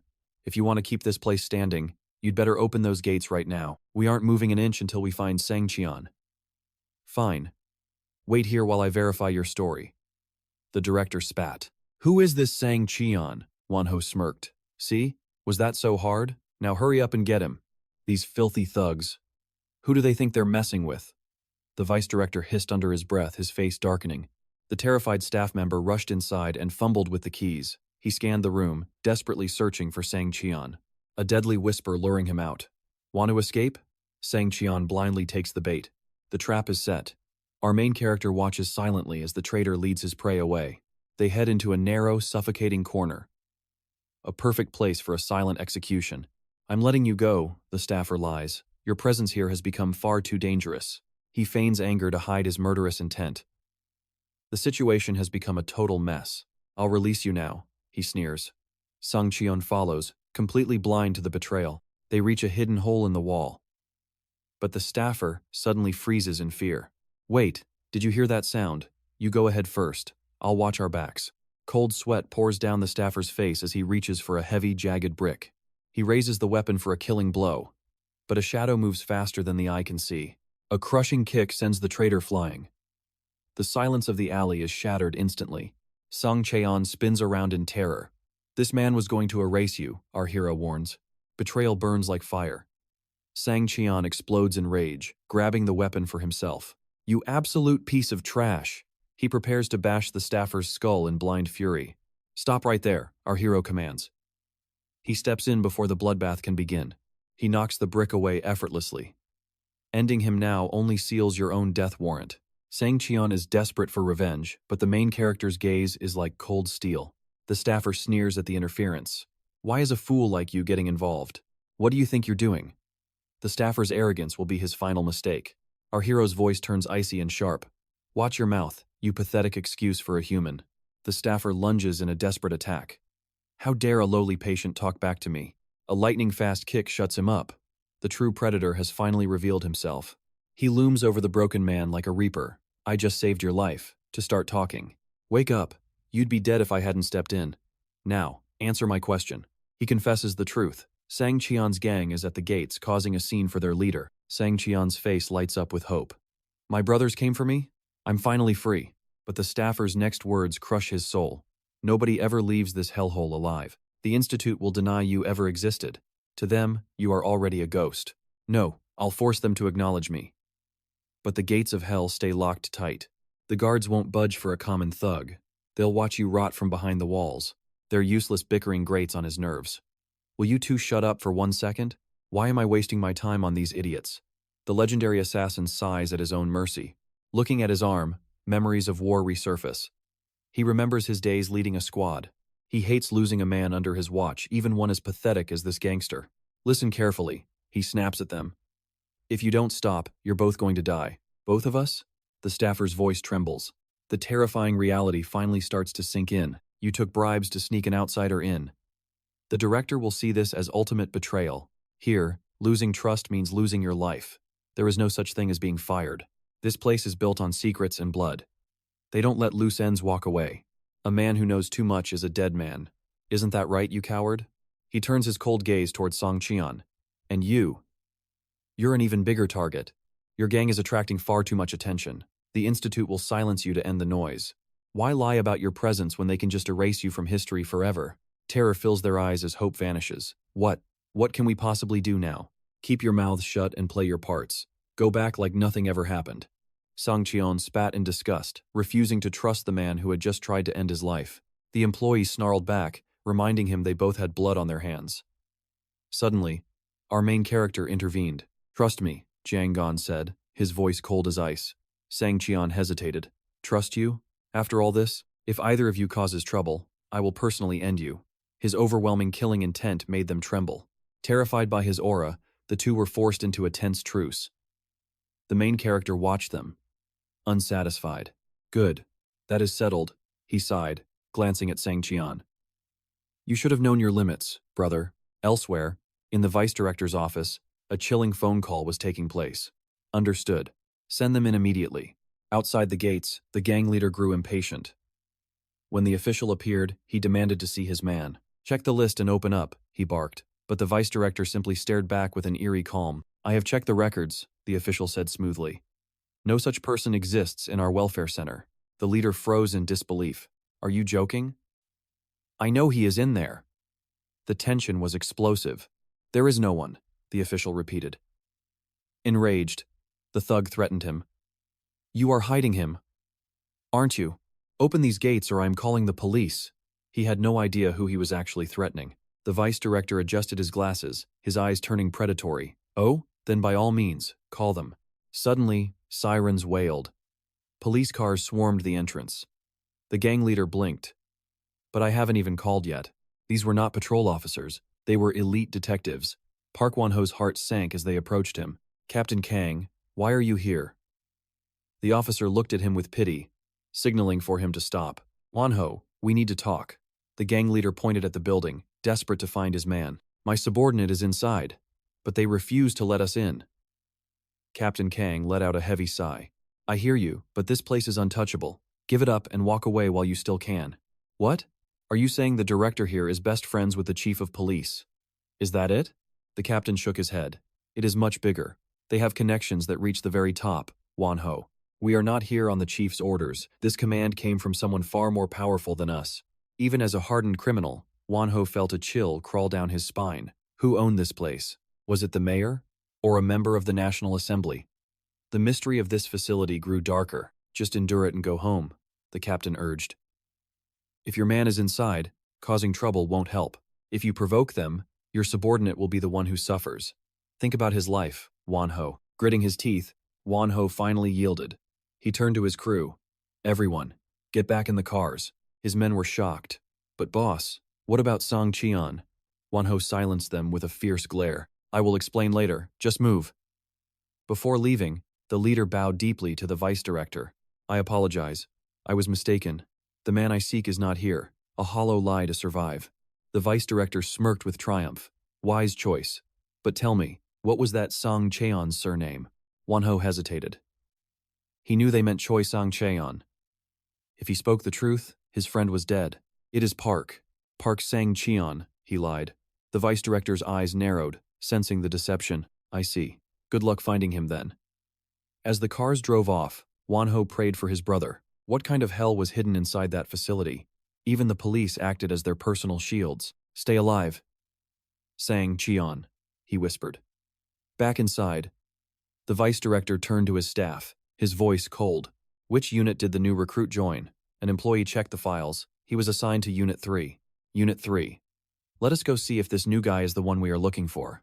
Inside the prison walls, the inmates were worked to the bone. Suddenly, a shout echoed through the hall. The manager! The vice director is looking for you. The man in charge stepped forward, his face grim. What does he want with me? He asked. The guard led him away, the atmosphere turning suffocatingly heavy. I thought you would be out there fighting them, the official mocked. The manager simply stared him down. Everything is handled, the vice director said, leading them toward the main character's cell. A storm was coming. They threw the door open, eyes landing on the new guy. They had no idea they faced a legend. Sang Cheon appeared with a battered face. Panic flared within him. They already knew his real name. Had Park Kwan betrayed them all? The vice director leaned in, eyes cold. "You're Park Sang-cheon, right?" "No, sir, I'm Choi Sang-cheon," he stammered, playing the perfect fool while the wolves watched him closely. The crew held their breath. The man sneered. "Then tell me, what trouble were you causing out there before coming here?" He scratched his head, acting clueless. Asterisk, please let him buy the act. Asterisk, isn't this place meant to reform trash? Since I'm a worthless nobody, I thought I belonged here. His logic was so absurd it silenced his interrogators. The vice director huffed and turned away. Sang-cheon exhaled. His reckless mask had saved his life once again. Suddenly, the general manager barked, "Hey, you started a riot just to trick the guards into releasing you, right? They say you acted like a refined gentleman back then. You promised them you'd leave peacefully if they let go. That sounds nothing like the idiot standing before us now." The vice director demanded an answer, but Song Cheon stayed silent. The massive man stepped forward. "You two were talking for a long time. What was that conversation really about?" The old manager trembled, unable to speak. Suddenly, Sang-cheon bowed low. "I'm sorry. I just wanted to get out. I targeted a guard who looked like an easy pushover." The vice director rubbed his chin, his suspicion growing deeper. "Just look at him. One glance and you know he's a total weakling." The vice director stared at the guard. The tension broke as he burst into laughter. "Where did you learn to speak to the staff like that, huh?" Dismissing them, the directors ordered the men to continue their games and walked away, whispering amongst themselves. "Should we let it go?" one asked.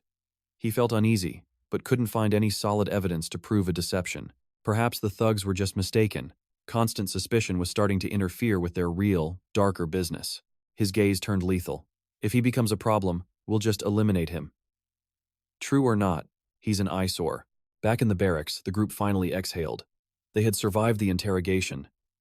"You're a better actor than me," Sang-cheon chuckled softly, but his eyes remained sharp. "Now, how do we actually escape this hellhole?" The undercover employee lowered his cap. "There is one way. It's called the Elite Reform Program for top students.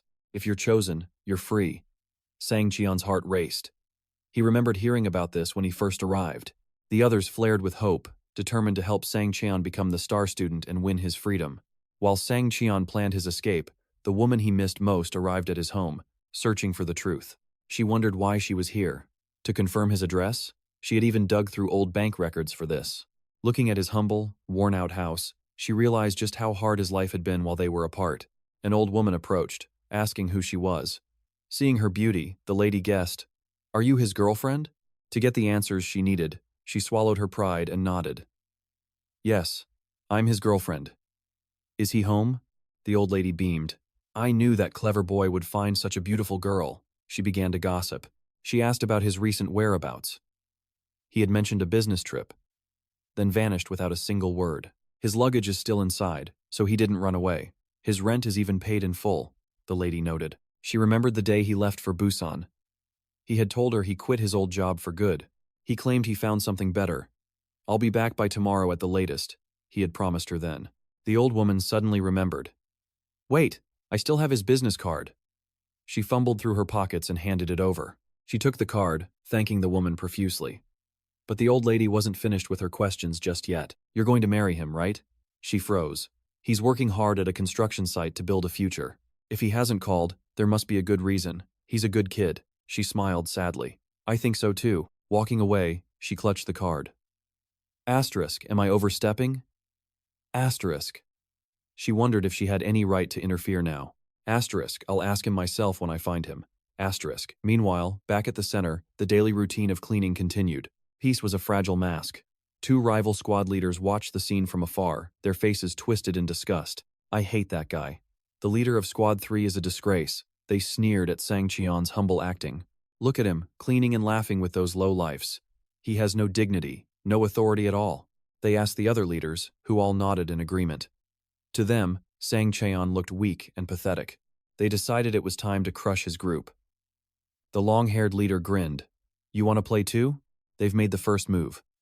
Little do they know, they just gave our main character the perfect excuse to retaliate.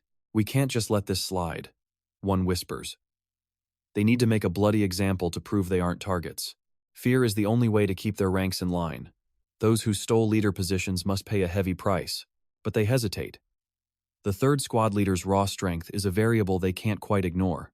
The curly-haired leader smirks.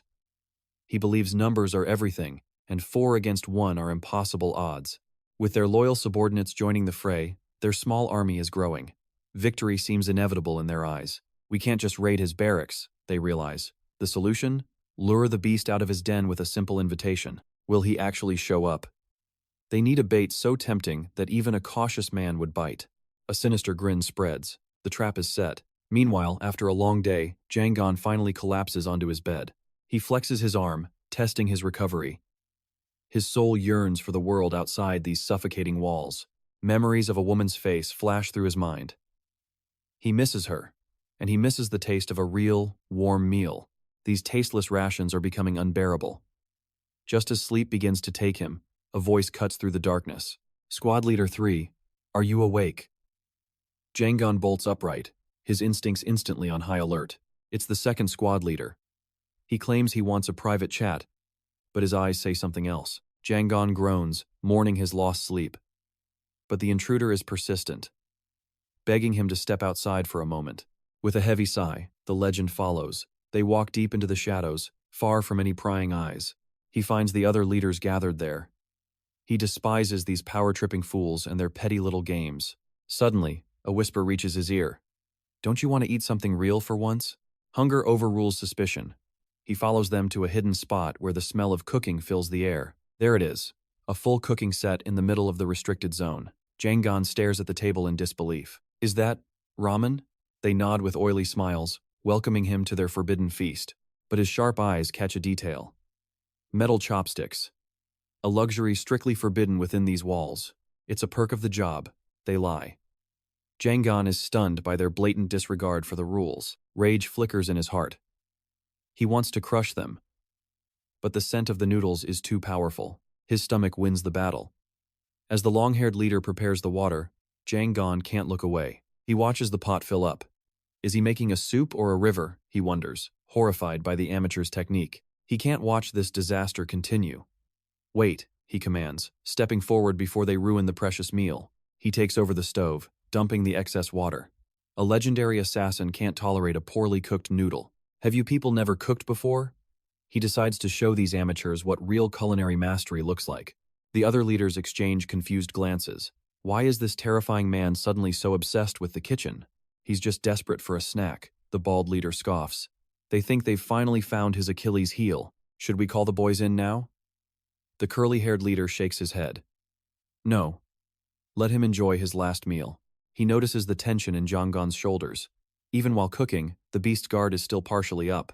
Look at him. He's still alert. They decide to play the long game, waiting for the perfect opening. Once he's full and happy, he'll be defenseless. They laugh quietly, confident that their plan is foolproof. Tell the subordinates to stay ready. This is the punishment for anyone who dares to disrupt their hierarchy. Jangon focuses on the pot. Back home, he knew exactly how much water to use for the perfect bowl. This new equipment is tricky.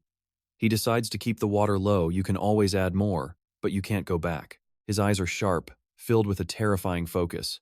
To him, the balance of the broth is a matter of life and death. The villains watch in silence, baffled. Why does a simple bowl of ramen require the intensity of a grandmaster? He adds the seasoning before the boil. A subtle technique that only a true connoisseur would understand. It's not just about the boiling point.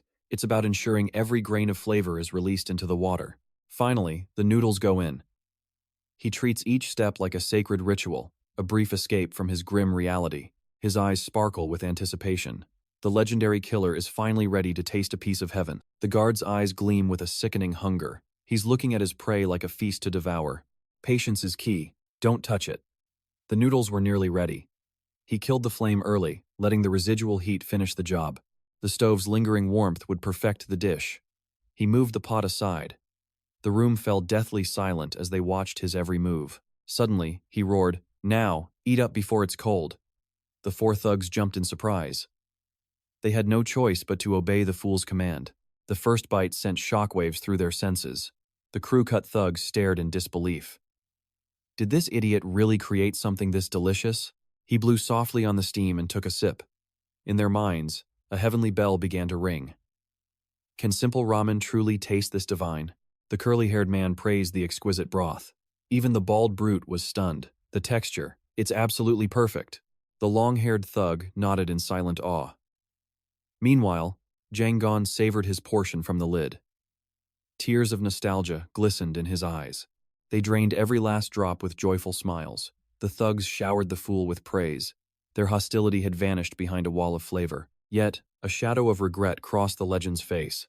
"It's missing green onions and eggs," he whispered. "It could have been so much better. We'll find them next time," the curly-haired man promised. "You have to cook for us again." He reached out a hand, offering a pact. He despised their company, but his stomach yearned for more. The legend looked at the outstretched hand. Reluctantly, they shook on their future feast. "Let's get along from now on." As the thugs walked away, the atmosphere shifted. A cold, calculated darkness began to return. "Where will we find those ingredients?" the subordinate asked. The curly-haired man's smile turned predatory. "Who said we were actually looking for them?" He chuckled darkly, his true face revealed. "Next time, instead of onions and eggs, my men will be bringing a new squad leader's head." Unaware of the plot, the legend smiled with content. A full stomach made his eyelids heavy. It had been ages since he enjoyed such a meal. Will there really be a next time? His vision blurred as exhaustion took over. He slowly drifted into a deep, misty slumber. A haunting voice echoed through the void, calling his name. He awoke in a world of shadows and white fog. The darkness seemed to swallow his very soul. There she stood, Seong-an, the woman he moved mountains for. She stood in the distance, her voice a faint whisper. She was calling out to him from across the abyss. "I'm coming to find you," she cried out. Suddenly, Seong-an's eyes snapped open. She was on a bus, heading straight for Dason. The unfamiliar landscape raced past her window. Uncertainty and shock filled her heart. This was her first time stepping into this dangerous territory. She clutched the address like a lifeline.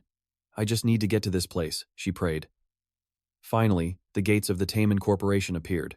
"Who are you?" a cold voice demanded. Two men emerged from the shadows of the building. They blocked her path with suspicious glares. "Why have you come to our office?" She trembled but stood her ground. "I'm here to find a man named Jang Gon." The man froze in pure shock at the name. He quickly ushered her inside. "Should I be calling you sister-in-law then?" She blushed, quickly denying any marriage. But the man just laughed, undeterred. "So, what are your future plans with him?" She couldn't find the words to explain the truth. She let the misunderstanding linger in the air. "How did you find this hidden location?" he asked. She explained how she followed the legend's business card.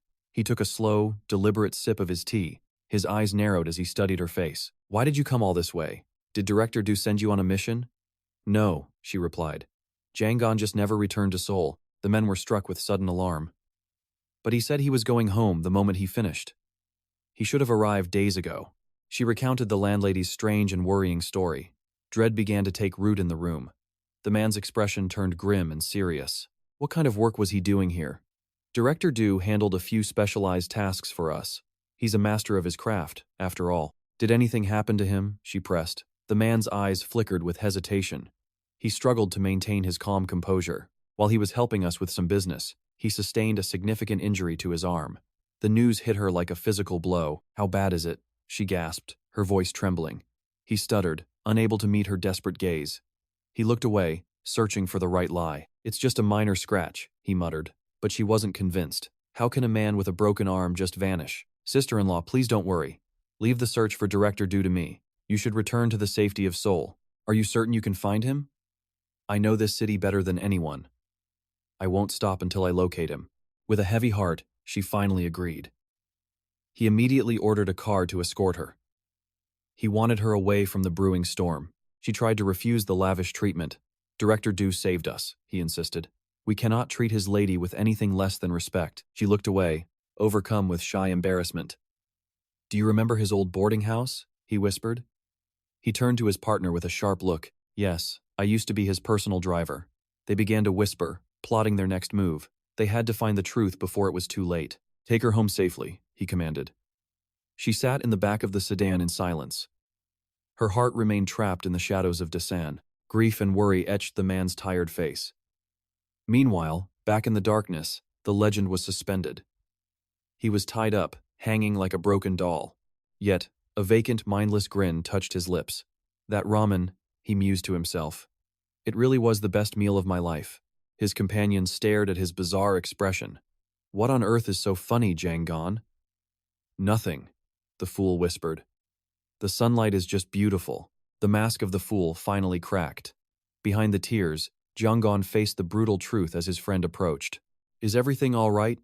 the man asked. Jianggan merely let out a hollow sigh, his inner rage boiling over. After tasting the forbidden spice of ramen, this prison slop felt like poison. The legend's palate demanded a feast. Back to the labor pits. Suddenly, a sharp voice cut through the air. "Hey there, squad leader." Jianggan turned slowly. "Enjoy your meal? We'll meet again soon." He responded with a bored, lazy hum. His companion couldn't hide his curiosity. "Since when did you become so close with the elite squad leaders?" Jianggan remained indifferent. "We were just exchanging pleasantries," he said, his eyes cold and unreadable. His mind was elsewhere. Meet again later surely meant one thing more: ramen was waiting in the shadows. He was obsessed, like a boy dreaming of his first kiss. Every thought revolved around those savory noodles. As darkness fell, Jianggan sighed. Another day spent dreaming of ramen. His hunger for flavor was absolute. "Squad leader," a voice called out. "The leader of Squad 2 is looking for you right now." Without a second thought, the hidden dragon bolted. "Thanks for the heads up," he shouted, heart racing. "We promised you eggs and green onions, didn't we? Let's go eat." Jianggan nodded, his trap already set. A goofy grin spread across his face. He imagined the perfect bowl, unaware of the storm brewing ahead. He arrived at the meeting spot. "The guest of honor is here," they shouted. But the pots were empty. "Where's the ramen?" he demanded. Suddenly, a menacing voice echoed from the darkness. "It's right here." Strangers emerged from the shadows. Jianggan's gaze sharpened instantly.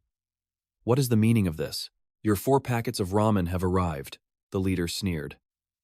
It wasn't a meal, it was a deadly ambush. Rage flared in his eyes. "You used ramen to lure me? Do you have a death wish?" "This isn't about hate," they laughed. "You've committed a sin that demands a heavy price, kid." They pointed a finger at him. "The crime of rebellion and stealing the squad leader's throne." "Rebellion? A throne?"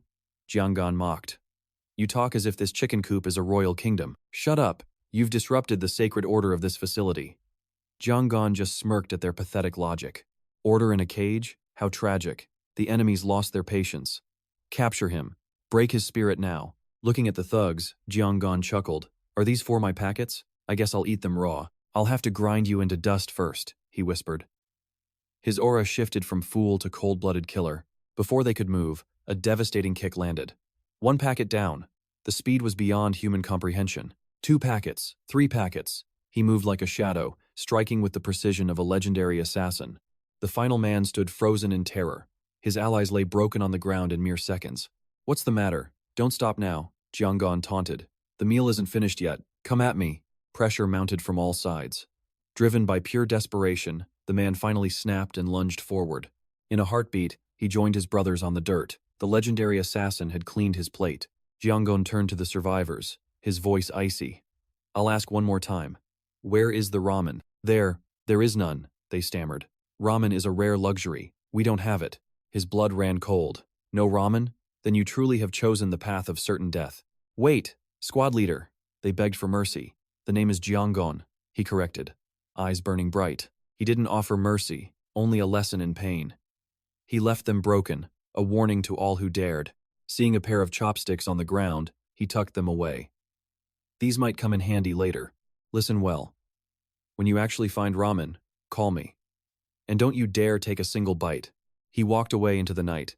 Behind him, the defeated swore revenge, their hearts filled with venom. "Your squad has a literal monster, doesn't it?" The leader of Squad 5 asked with a trembling voice. "A monster? What are you talking about?" The tension in the room became thick enough to choke on. "He's currently in the punishment cell. Solitary confinement," the leader whispered, his face pale with dread. "He slaughtered his own teammates again. He's being released tomorrow. The real nightmare begins now." In the absolute darkness of the cell, a pair of murderous eyes snapped open. "I understand everything. I'll slaughter every last snake." The next day, the heavy doors of the punishment room groaned open. "Have you reflected on your sins?" The legendary lunatic they whispered about was finally revealed. With a hollow, soulless gaze, he whispered, "I'll be careful." His name, Jian Chang-su, a fallen martial arts prodigy. Poverty crushed his dreams, forcing the high school taekwondo star to enlist in the military early. After his discharge, he worked at a factory, yet he couldn't stop wandering near the local university campus. Though a stranger to the halls, he visited daily. but shadows were watching suspicious eyes from a secret club. Convinced he was a sleeper agent, the club members tracked his every move, plotting their next strike. They hungered for an interrogation, but Chang Su's mountain-like physique kept their blades in their sheaths. After witnessing him dismantle several drunks with ease, their caution turned into a twisted, deceptive trap. Changing tactics, they wore masks of friendship. "Hey, you're a student here, right?" they asked. Panic flared in his eyes. Yes. Then come drink with us." Their leader lured with a grin. "Just us guys, but better than drinking alone, right?" Their kindness was nothing but poisonous nectar. For the first time, he felt accepted. Happy to be treated like a student, he drank the bait, round after round, until the world tilted. Chang Su collapsed, falling deep into their cruel, waiting trap. Darkness. He woke blindfolded, his heart hammering against his ribs. Why? Why is it so dark? Why did you lie to us? A cold voice boomed. Chang Su's mind was trapped in a hazy fog. "We checked the records, Jian Chang Su. You don't exist on any student roster at this school." Bound tight to a chair, his secret exposed, panic seized his chest. That's not it. "Are you a spy?" The accusation hit him like a physical blow. Chang Su gasped. "What? I saw you fight." "Where were you trained? Special forces? Intelligence?" They pressed for a confession. "I was just a soldier, an athlete. I'm not a spy," he screamed. But his pleas were ignored. His words meant nothing to them. To these students, he was already a guilty, faceless phantom. Time for a loyalty test. They raised their heavy clubs, grinning like demons in the dim light. Hours of agony followed. His body became a map of blood and bruises. "Please, stop. I'm not a spy." But the lead tormentor only laughed, savoring the sound of breaking bones. "Tough guy, huh? I hate your name." He drenched the shivering Chang Su in freezing, filthy water. "Since you're an octopus head, let's see if we can scramble your brains." He raised the club high. Chang Su's eyes widened in pure terror. "Wait, please, just wait 1 second. Smash the octopus," the four-eyed coward cheered. Chang Su's world dissolved into white-hot, agonizing pain. Screams echoed until silence took over. He finally drifted into the dark abyss of unconsciousness. Panic set in. "Damn, he's dying. Untie him and dump him outside before he stops breathing." Suddenly, Chang Su's eyes snapped open, not with fear, but with a cold, murderous killing intent. Before the leader could bark another order, a devastating kick shattered his ribs in an instant. The room froze. The three hunters realized too late that they were now the desperate prey. "Wait, let's talk," the leader begged, but the fool was gone. Only the monster remained. "I told you I wasn't a spy," he roared. "Why did you do this to me?" The relentless torture had shattered the seal on his mind. The final blow broke his very soul. Sanity evaporated. He snatched the club, his face twisted into a terrifying mask of pure madness. "You're the spies, assassins from the north. I'll slaughter every last one of you." The script flipped. Now a ghost of his former self, he wandered the night, leaving blood behind, dirty spies. Everywhere. He had descended into a personal hell of permanent, violent madness. Now, he roams the Dason Welfare Center, a sleeping dragon hidden in a madman's skin. Two orderlies chatted nearby. "Nice weather, huh? I'm really craving some cold noodles today." "Hamhung style is the best. No way, Pyongyang style is the true classic, you amateur." Chang Su froze. "Hamhung? Pyongyang?" The trigger words echoed, awakening the slumbering beast within. Suddenly, Jiang roared with pure fury. His terrifying outburst left everyone paralyzed with shock. "What?" Chang Su barked, eyes blazing. "You rats from the north, are you really spies?" The target was baffled by the sudden accusation. But Chang Su didn't wait, he delivered a devastating kick. Civilians fled in terror, screaming for help. "The lunatic is back. He's lost his mind again." One word about spies sent Chang Su into a frenzy. He was dragged away to the punishment cell once more. The cell door creaked open as he emerged. The 5th squad leader approached him with a mocking smirk. "Survived the hole again, Chang Su?" the man asked. Chang Su gave a cold, dismissive grunt in response. "I found some explosive intel while you were rotting inside." Chang Su just kept sweeping, acting like a fool.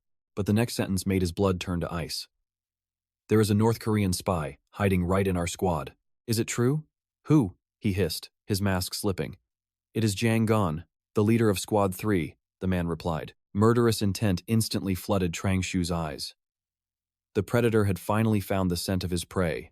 "Jang Gon, that rat is dead," he growled. Meanwhile, inside a crumbling building, dark plans were brewing. Have you confirmed the target's identity? Tim Un asked. Yes, boss. Every single detail checks out, the subordinate said. Everything about the boarding house was true. Tim Un frowned, a sense of dread washing over him. Sergeant Du vanished in Dason. Did someone take him down? But who could handle a monster like that? 𝒔𝒔𝒂𝒔𝒔𝒊𝒏. No. Wan Ho is still hunting for him like a dog. Could someone have seen the massive bribe I paid? No, I moved the funds directly to his bank account. He had no cash, no trail, nothing at all. Kidnapping him would be a complete waste of time. What the hell is going on in this place? Tim Un lit a cigarette, his mind racing with worry. I have to find him myself before it is too late. He did me a favor, then vanished into the shadows. Suddenly, a bold new idea struck Tim Un's mind. Why not go straight to Park Wan Ho and demand answers? The scene shifts to a magnificent, luxurious estate. Tim Un did not hesitate. He walked right into the lion's den. Park Wan Ho looked up, clearly caught off guard. You actually had the balls to show up here? I did not realize you were this shameless, Tim Un. Wan Ho sipped his tea with a cold, mocking smile. Asking me about the assassin you sent to kill me? Tim Un's rage was boiling, but he kept it hidden. If he played it cool, he might find the missing link. I know exactly where that bastard 𝒔𝒔𝒂𝒔𝒔𝒊𝒏 is hiding. But he is in a place that is hard to reach. Tim Un's eyes lit up, but his joy was short-lived. What do you mean? Where is that rat? Ever heard of the Dason Welfare Center? Wan Ho teased. Back at the site, the prisoners were breaking under labor. Amidst the heavy lifting, �𝒔𝒂𝒔𝒊𝒏 moved like a machine. He carried 4 heavy sacks as if they were feathers. He stopped to gaze at the towering, jagged cliffs. This was the edge of the mountain carved for the center. There was no barbed wire or cameras here. The sheer vertical drop was the only security needed. Could I climb that wall and leave this hell behind? He stared intently, a dangerous thought forming in his mind. Squad leader, what are you staring at? The men called. To them, he just looked like a daydreaming fool. They thought he was fantasizing about a path to freedom. But in this place, hope was a death sentence. Even with healthy legs, that climb is pure suicide. The men returned to their work, crushing heavy stones. They were exhausted, but life was better under the new leader. The constant fear of beatings had finally vanished. No more being treated like animals by the squad leaders. But the supervisor watching them was a different story. That man is not kind. One wrong move and we are dead. He would force them back to work without rest. The supervisor's eyes were fixed on the target. That dog, Sang Cheon, his time is running out. He then glared at �𝒂𝒔𝒂𝒔𝒊𝒏 with pure hatred.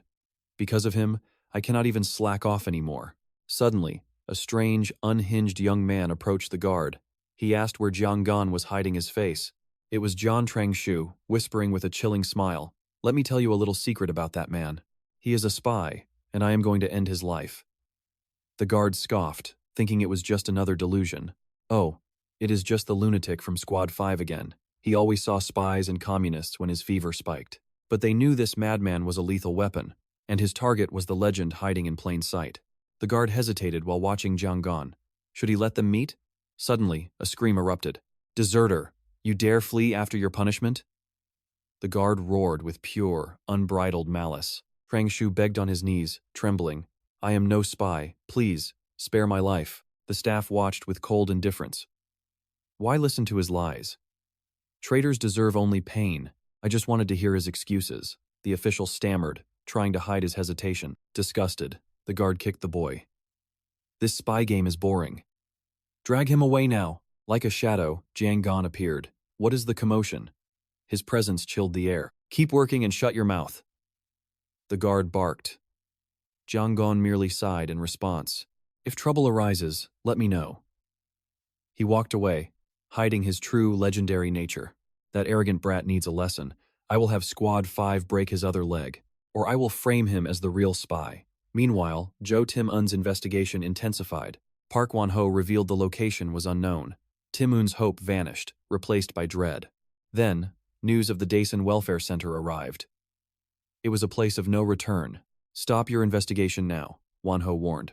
I have tried, and it leads to death. Do you know Captain Kang? He mobilized an army just to stop one man. Not just police, but high-ranking officials. The corruption reached the very top of society. The mastermind is beyond your reach, Wan Ho whispered. Find another path or die trying. Tim Un sat in silence. Dig into Dason's secrets. I want the truth at any cost. And find out why Wan Ho is talking. Elsewhere, Sang Cheon's patience had finally evaporated. If the legend is alive, leave him be. But how do we escape this hell? The guard watched the tension build. He smiled, knowing the chaos was only beginning. Jangon forced himself to eat. Strength was his only path to healing his wounds. I must survive this filth. Trangshu grumbled, his mind fracturing under the constant pressure. Suddenly, a hand gripped his shoulder. A guard leaned in with a venomous suggestion.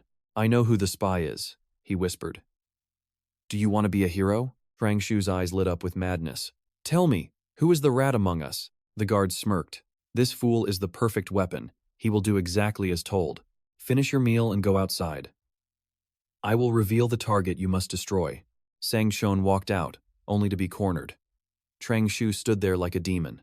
You are the spy. Die, he screamed, launching a desperate, wild punch at his target. Sang Cheon blocked the frantic strikes. Why are you doing this? Stop this madness now. As onlookers gathered, Sang Cheon fled. Why call me a spy? You have lost it. He ran to Jangon, face bloody and bruised. Help me. This lunatic is possessed. He is trying to kill me. Sang Cheon gasped, terrified by the boy's murderous gaze. Trangshu approached, radiating pure bloodlust. A dangerous transformation was taking place before them. Stop, Jianggan commanded. I am the leader here. Why attack my squad member? Trangshu laughed a hollow, chilling laugh. Protecting a spy makes you a traitor too. He launched a powerful kick. Jianggan stood firm, his eyes reflecting a cold fury. If you protect the rat, you die. Trangshu's movements became sharp and incredibly lethal. Jianggan frowned. The air pressure shifted. The legendary assassin's instincts finally flared up. He dodged the malicious strikes effortlessly. This was no ordinary brawl. This was war. From afar, the villain watched with delight. Let them kill each other. Perfect chaos. Seeing the protagonist die would be a dream. The trap was working beyond expectations. Jianggan analyzed the rhythm. These weren't random blows. These were calculated, professional strikes. This power, this technique, it is Taekwondo. This fool was a trained killing machine. Time to show him a real counterattack. Dukangon launches a fierce kick, but the enemy narrowly avoids the blow. He's fast. Jiangsu weaves through the assault and retaliates with a lethal strike, forcing the hero to stay alert. Damn it. To beat a Taekwondo master, I need to close the distance. That stance, it's a dangerous one. One wrong move against his reach could be fatal. This monster is on a completely different level from the others. Why is a beast like this locked in a cage? He isn't even injured. Suddenly, Jiangsu lets out a primal roar. Give up now, you bastard, he screams. Seeing his crazed state, Dukangon can only let out a heavy sigh. This guy has completely lost his mind. Fine. I'll play along. Hey, why do you think I'm a spy? Jiangsu explodes in a fury. I told you. You were protecting that other North Korean rat earlier. And who told you he was a spy? Kangon presses.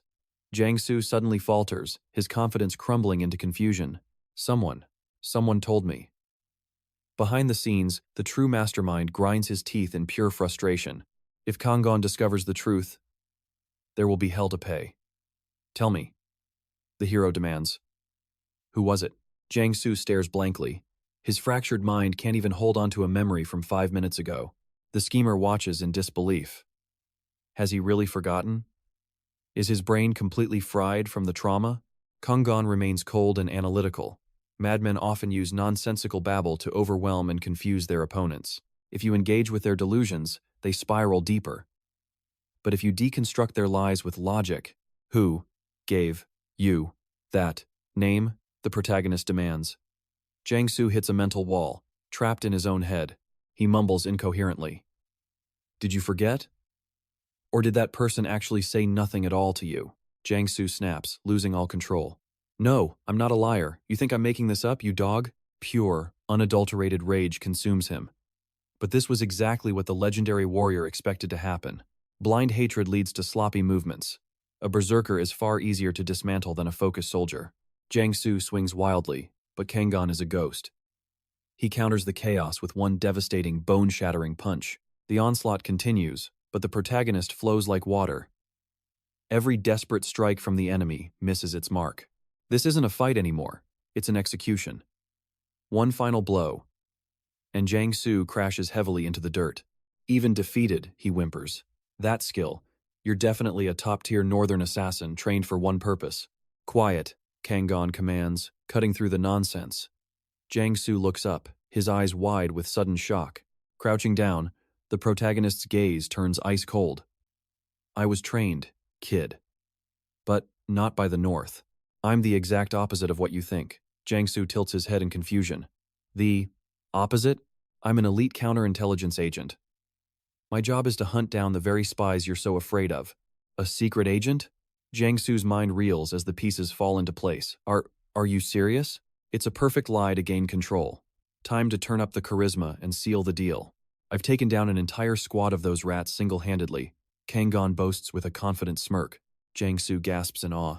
Now remember, neither I nor that old man are your enemies. Got it? The madman finally calms down. Yes, sir. With the situation handled, Kanghan turns to walk away. Wait! Jiangsu calls out, his voice now filled with a strange, heavy intensity and newfound respect. He looks at Kanghan with pure admiration. I truly respect you, sir. The hero can only look away, embarrassed. Elsewhere, Choi Sang-cheon is left scratching his head. What the hell happened to that psycho? Suddenly, a shadow looms behind him. He spins around, heart racing, only to find Kanghan standing there. It's just me, the hero says calmly. Is it over? Did you actually survive? The old man stammers. Problem solved. I convinced him you aren't a spy. Choi's jaw drops in pure, utter disbelief. Misunderstanding? That lunatic was trying to kill me. Kanghan sighs. I know, it was a total mess. But hey, your new friend here wants to apologize. Choi stares behind the protagonist, completely frozen. There stands Jiangsu, the former wild beast, now bowing his head in total, humble submission. I am deeply sorry, sir. My delusions led me astray. Choi can't believe his own eyes. How did you tame this monster? Choi mutters. Then, Kanghan's expression turns deadly serious once again. Do you really not remember who fed him those lies? Choi looks lost. He forgot already? Still trying to kill me? Kanghan sighed, leaning in close to whisper. Listen, Choi Sang-cheon. This guy clearly isn't sane. Just bear with it for now. Hearing Kanghan's plea, Sang-cheon relented with a heavy huff. Fine, I get it. Jiangsu then bowed deeply. I am truly sorry. No associate of Lord Kanghan could be a spy. Sang-cheon stared in utter shock. Lord Kanghan? What is this brat talking about? The main character let out a forced, booming laugh to hide his deep awkwardness. He just, respects me a lot. That's why he wants to follow me around. Sang-cheon shook his head, sighing. The kid is a total lunatic. Truly unbelievable. Nearby, the rival squad leaders were fuming, their faces twisting in disbelief. What the hell happened? Jiangsu swore he'd kill that man today, the leader roared. Now he's acting like a loyal dog. He's literally following Kanghan everywhere. The fifth squad leader spat in rage. That treacherous snake. I never expected this. It's lucky that idiot's brain is fried, he muttered. He's already forgotten our secret orders. We must move fast. It is time to eliminate those bastards once and for all, Jiangsu whispered. To be honest, I really believed you were a traitor at first. Kanghan's eyes narrowed. Oh? And who told you a lie like that? Jiangsu hesitated. My squad leader. He said the third squad leader was a spy. Kanghan's gaze shifted like a cold blade toward the group of squad leaders. A single look from him sent a primal shiver of fear through their spines. Kanghan realized the truth. They're using this poor soul as a sacrificial pawn. At the quarry, the air was thick with the sound of shattering stone and labor. A worker paused for just a second when a cruel shadow loomed over him. Done already? A sneering voice barked. A heavy blow landed before he could answer. The impact echoed through the mine, freezing everyone in their tracks with fear. The worker collapsed, sobbing. Please, I just needed a brief moment's rest. The overseer didn't stop, striking him again. Don't you dare lie to me. Trash!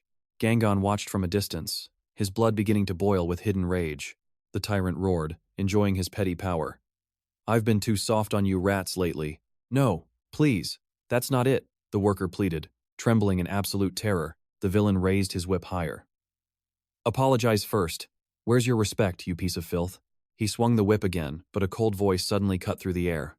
A chill ran down the overseer's spine as he met Kanghan's freezing stare. You, the man growled. Kanghan spoke with a terrifying, calm authority. Didn't we already settle things between us last time? Why are you doing this? The overseer leaned in, whispering with a venomous, triumphant grin on his face. If you report me, Your precious friend is the one who will suffer most. He'll think you're just protecting yourself. What are you going to do now, hero? The crowd watched in silence, fear suffocating the area as the villain declared dominance. A leader shouldn't show mercy to those who defy order, do you understand? Gangon clenched his teeth, forced to swallow his rising killing intent. I understand. Smirking, the overseer turned back. Now, time to finish what I started. The workers' desperate screams rang out as the brutal beating continued without mercy. Gangon's aura began to leak, a silent promise of a massacre in his eyes. Just as he was about to strike, a withered hand grabbed his arm firmly. Don't, the old man whispered. Step back. I will explain the reason to you later. I'm sorry. Please, I've learned my lesson, the man screams, beaten into a state of total helplessness. But there is no pity in this hell. Trash like you only listens after a proper thrashing, he spat. He turns his mocking gaze toward me. Isn't that right, our brand new little squad leader? I maintain my mask of indifference while fury burns beneath. For now, I play the part of the fool. How boring, he yawns, before barking at the terrified crowd. What are you all staring at? Get back to work. Do I need to break your bones too before you start moving your asses? No one dares to breathe. No, sir, we're moving. They scramble as he roars. I'll be watching you. I quickly help the fallen man up. Steady now. Can you stand? You need to get up, fast. Tears stream down his face. Boss, I wasn't being lazy. I just needed 1 second to rest. I sigh heavily, feeling the weight of this injustice. Beside us, the old man looks deeply concerned. Why did that devil let you off so easy? He mutters. Something is definitely not right here. I play along with his suspicion. What do you mean? He points toward a dark, looming corner. A pack of vicious hounds led by armed men emerges. The air turns cold at their very presence. I feign a look of pure terror. The patrol team? Why are those monsters roaming around here? The beaten man trembles. They don't usually come to the work zones. They stick to the outer perimeter. They haunt the great stone walls, making sure no soul ever dreams of escaping this living nightmare. So that's how it is, I murmur. Tell me, when do these guard dogs switch their shifts? 3 different teams rotating every 24 hours. Total surveillance. There's no gap, not even for a second. 24 hours of constant, ruthless eyes. The old man's voice turns grim. They are the true devils. If you step out of line, they won't just hit you. They'll deliver a punishment worse than death. That guard is a butcher. If you had attacked him earlier, the patrols would have torn you apart. I process the information with a cold, sharp focus. This place is even more chaotic than I thought. I see. Thanks for the warning, old man. I owe you one for keeping my head on. I'm just doing what I can, he sighs. I realize the guard was trying to bait my killing intent. I need to vanish before this facade wears thin. The legendary assassin is preparing his grand escape. Meanwhile, outside the walls, my contact investigates. Why did Park Won-ho mention the Dason Welfare Center? His right hand, Sang Chon, is desperately hunting for Du Ganggon. The situation is escalating quickly. He vanished right after asking about this place. He's already inside, hunting for that missing corporal. My contact realizes the grim truth. This welfare center is nothing but a front for a dark operation. It's not a sanctuary, he reports. It's a secret labor camp disguised as a charity for the poor. They harvest the homeless, turning forgotten lives into forced labor for the elites to profit from. It's a modern-day gulag. How can such an atrocity exist without anyone noticing the screams? How do they hide it? The answer is terrifying. They have the president's personal seal of approval. The chairman is untouchable, protected by a web of corruption that leads straight to Senator Choi. They've turned human suffering into a gold mine. The senator's influence keeps the truth buried deep. That's why Captain Kang warned us to stay away. This isn't just a prison, it's a political fortress. A man of the underworld like me shouldn't say this, but our country is rotting to the core. Can we save him, he asks? Can Gangon survive that hellhole long enough for us to act? Having survived capture by the northern forces, why fear this? He stood there, frozen in utter disbelief. Why use the welfare center as bait? The answer was simple. To expose the truth buried within. Our hero's hand was badly mangled. The doctor stated recovery would take at least 1 long month. He would heal. Back at the facility, he gritted his teeth, battling the dark thoughts within him. He couldn't prove his team betrayed him, but their icy indifference confirmed he was now truly alone. They didn't care. Suddenly, a roar erupted. Keep working. If you do not want to die today, he screamed and lashed out, brutally beating the workers with the same cruelty he displayed every day. In that fleeting moment, his mask nearly slipped. His boiling rage threatened to explode, yet he forced a calm facade. He needed his shattered hand to fully mend first.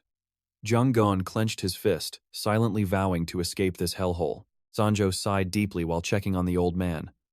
The veteran prisoner looked pale, his spirit broken by the cruelty here. They headed for the infirmary, knowing it was useless.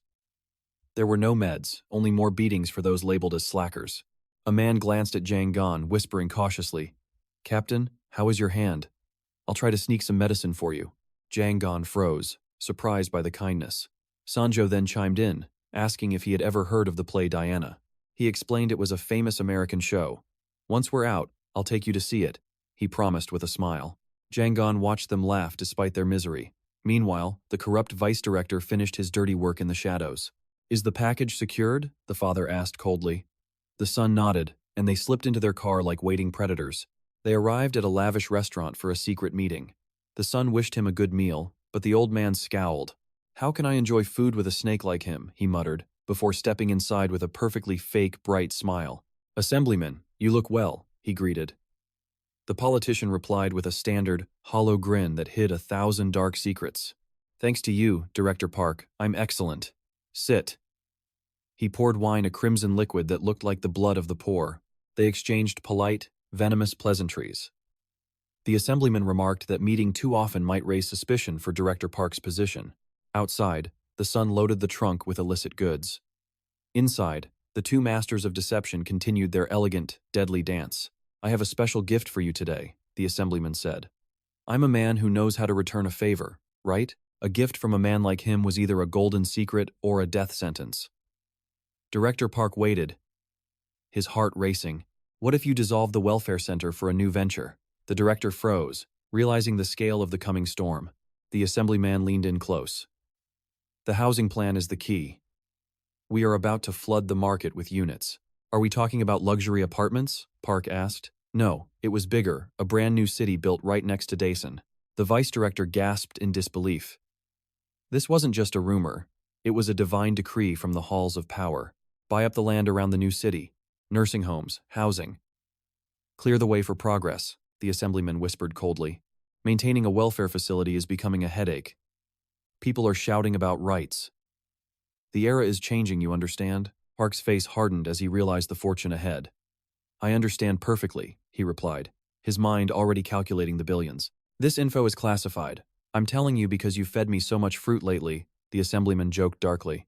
Park shouted his gratitude, bowing low. To him, the inmates were just stepping stones to his family's eternal glory. The politician laughed. "If your trees keep bearing such sweet fruit, I'll make sure you're the one who reaps it." "I am eternally grateful, sir," Park exclaimed. Inside, he was already imagining the facility burning down to make room for profit. This was the golden opportunity he had waited for. A chance to turn a prison for the forgotten into a kingdom. Outside, the sun was singing, oblivious to the deal. The director stepped in, satisfied that their future was finally secured. He turned down the music, his eyes gleaming with greed. Everything was settled. The liquidation of the facility would begin soon. "I'll buy every inch of land in the new city," he thought.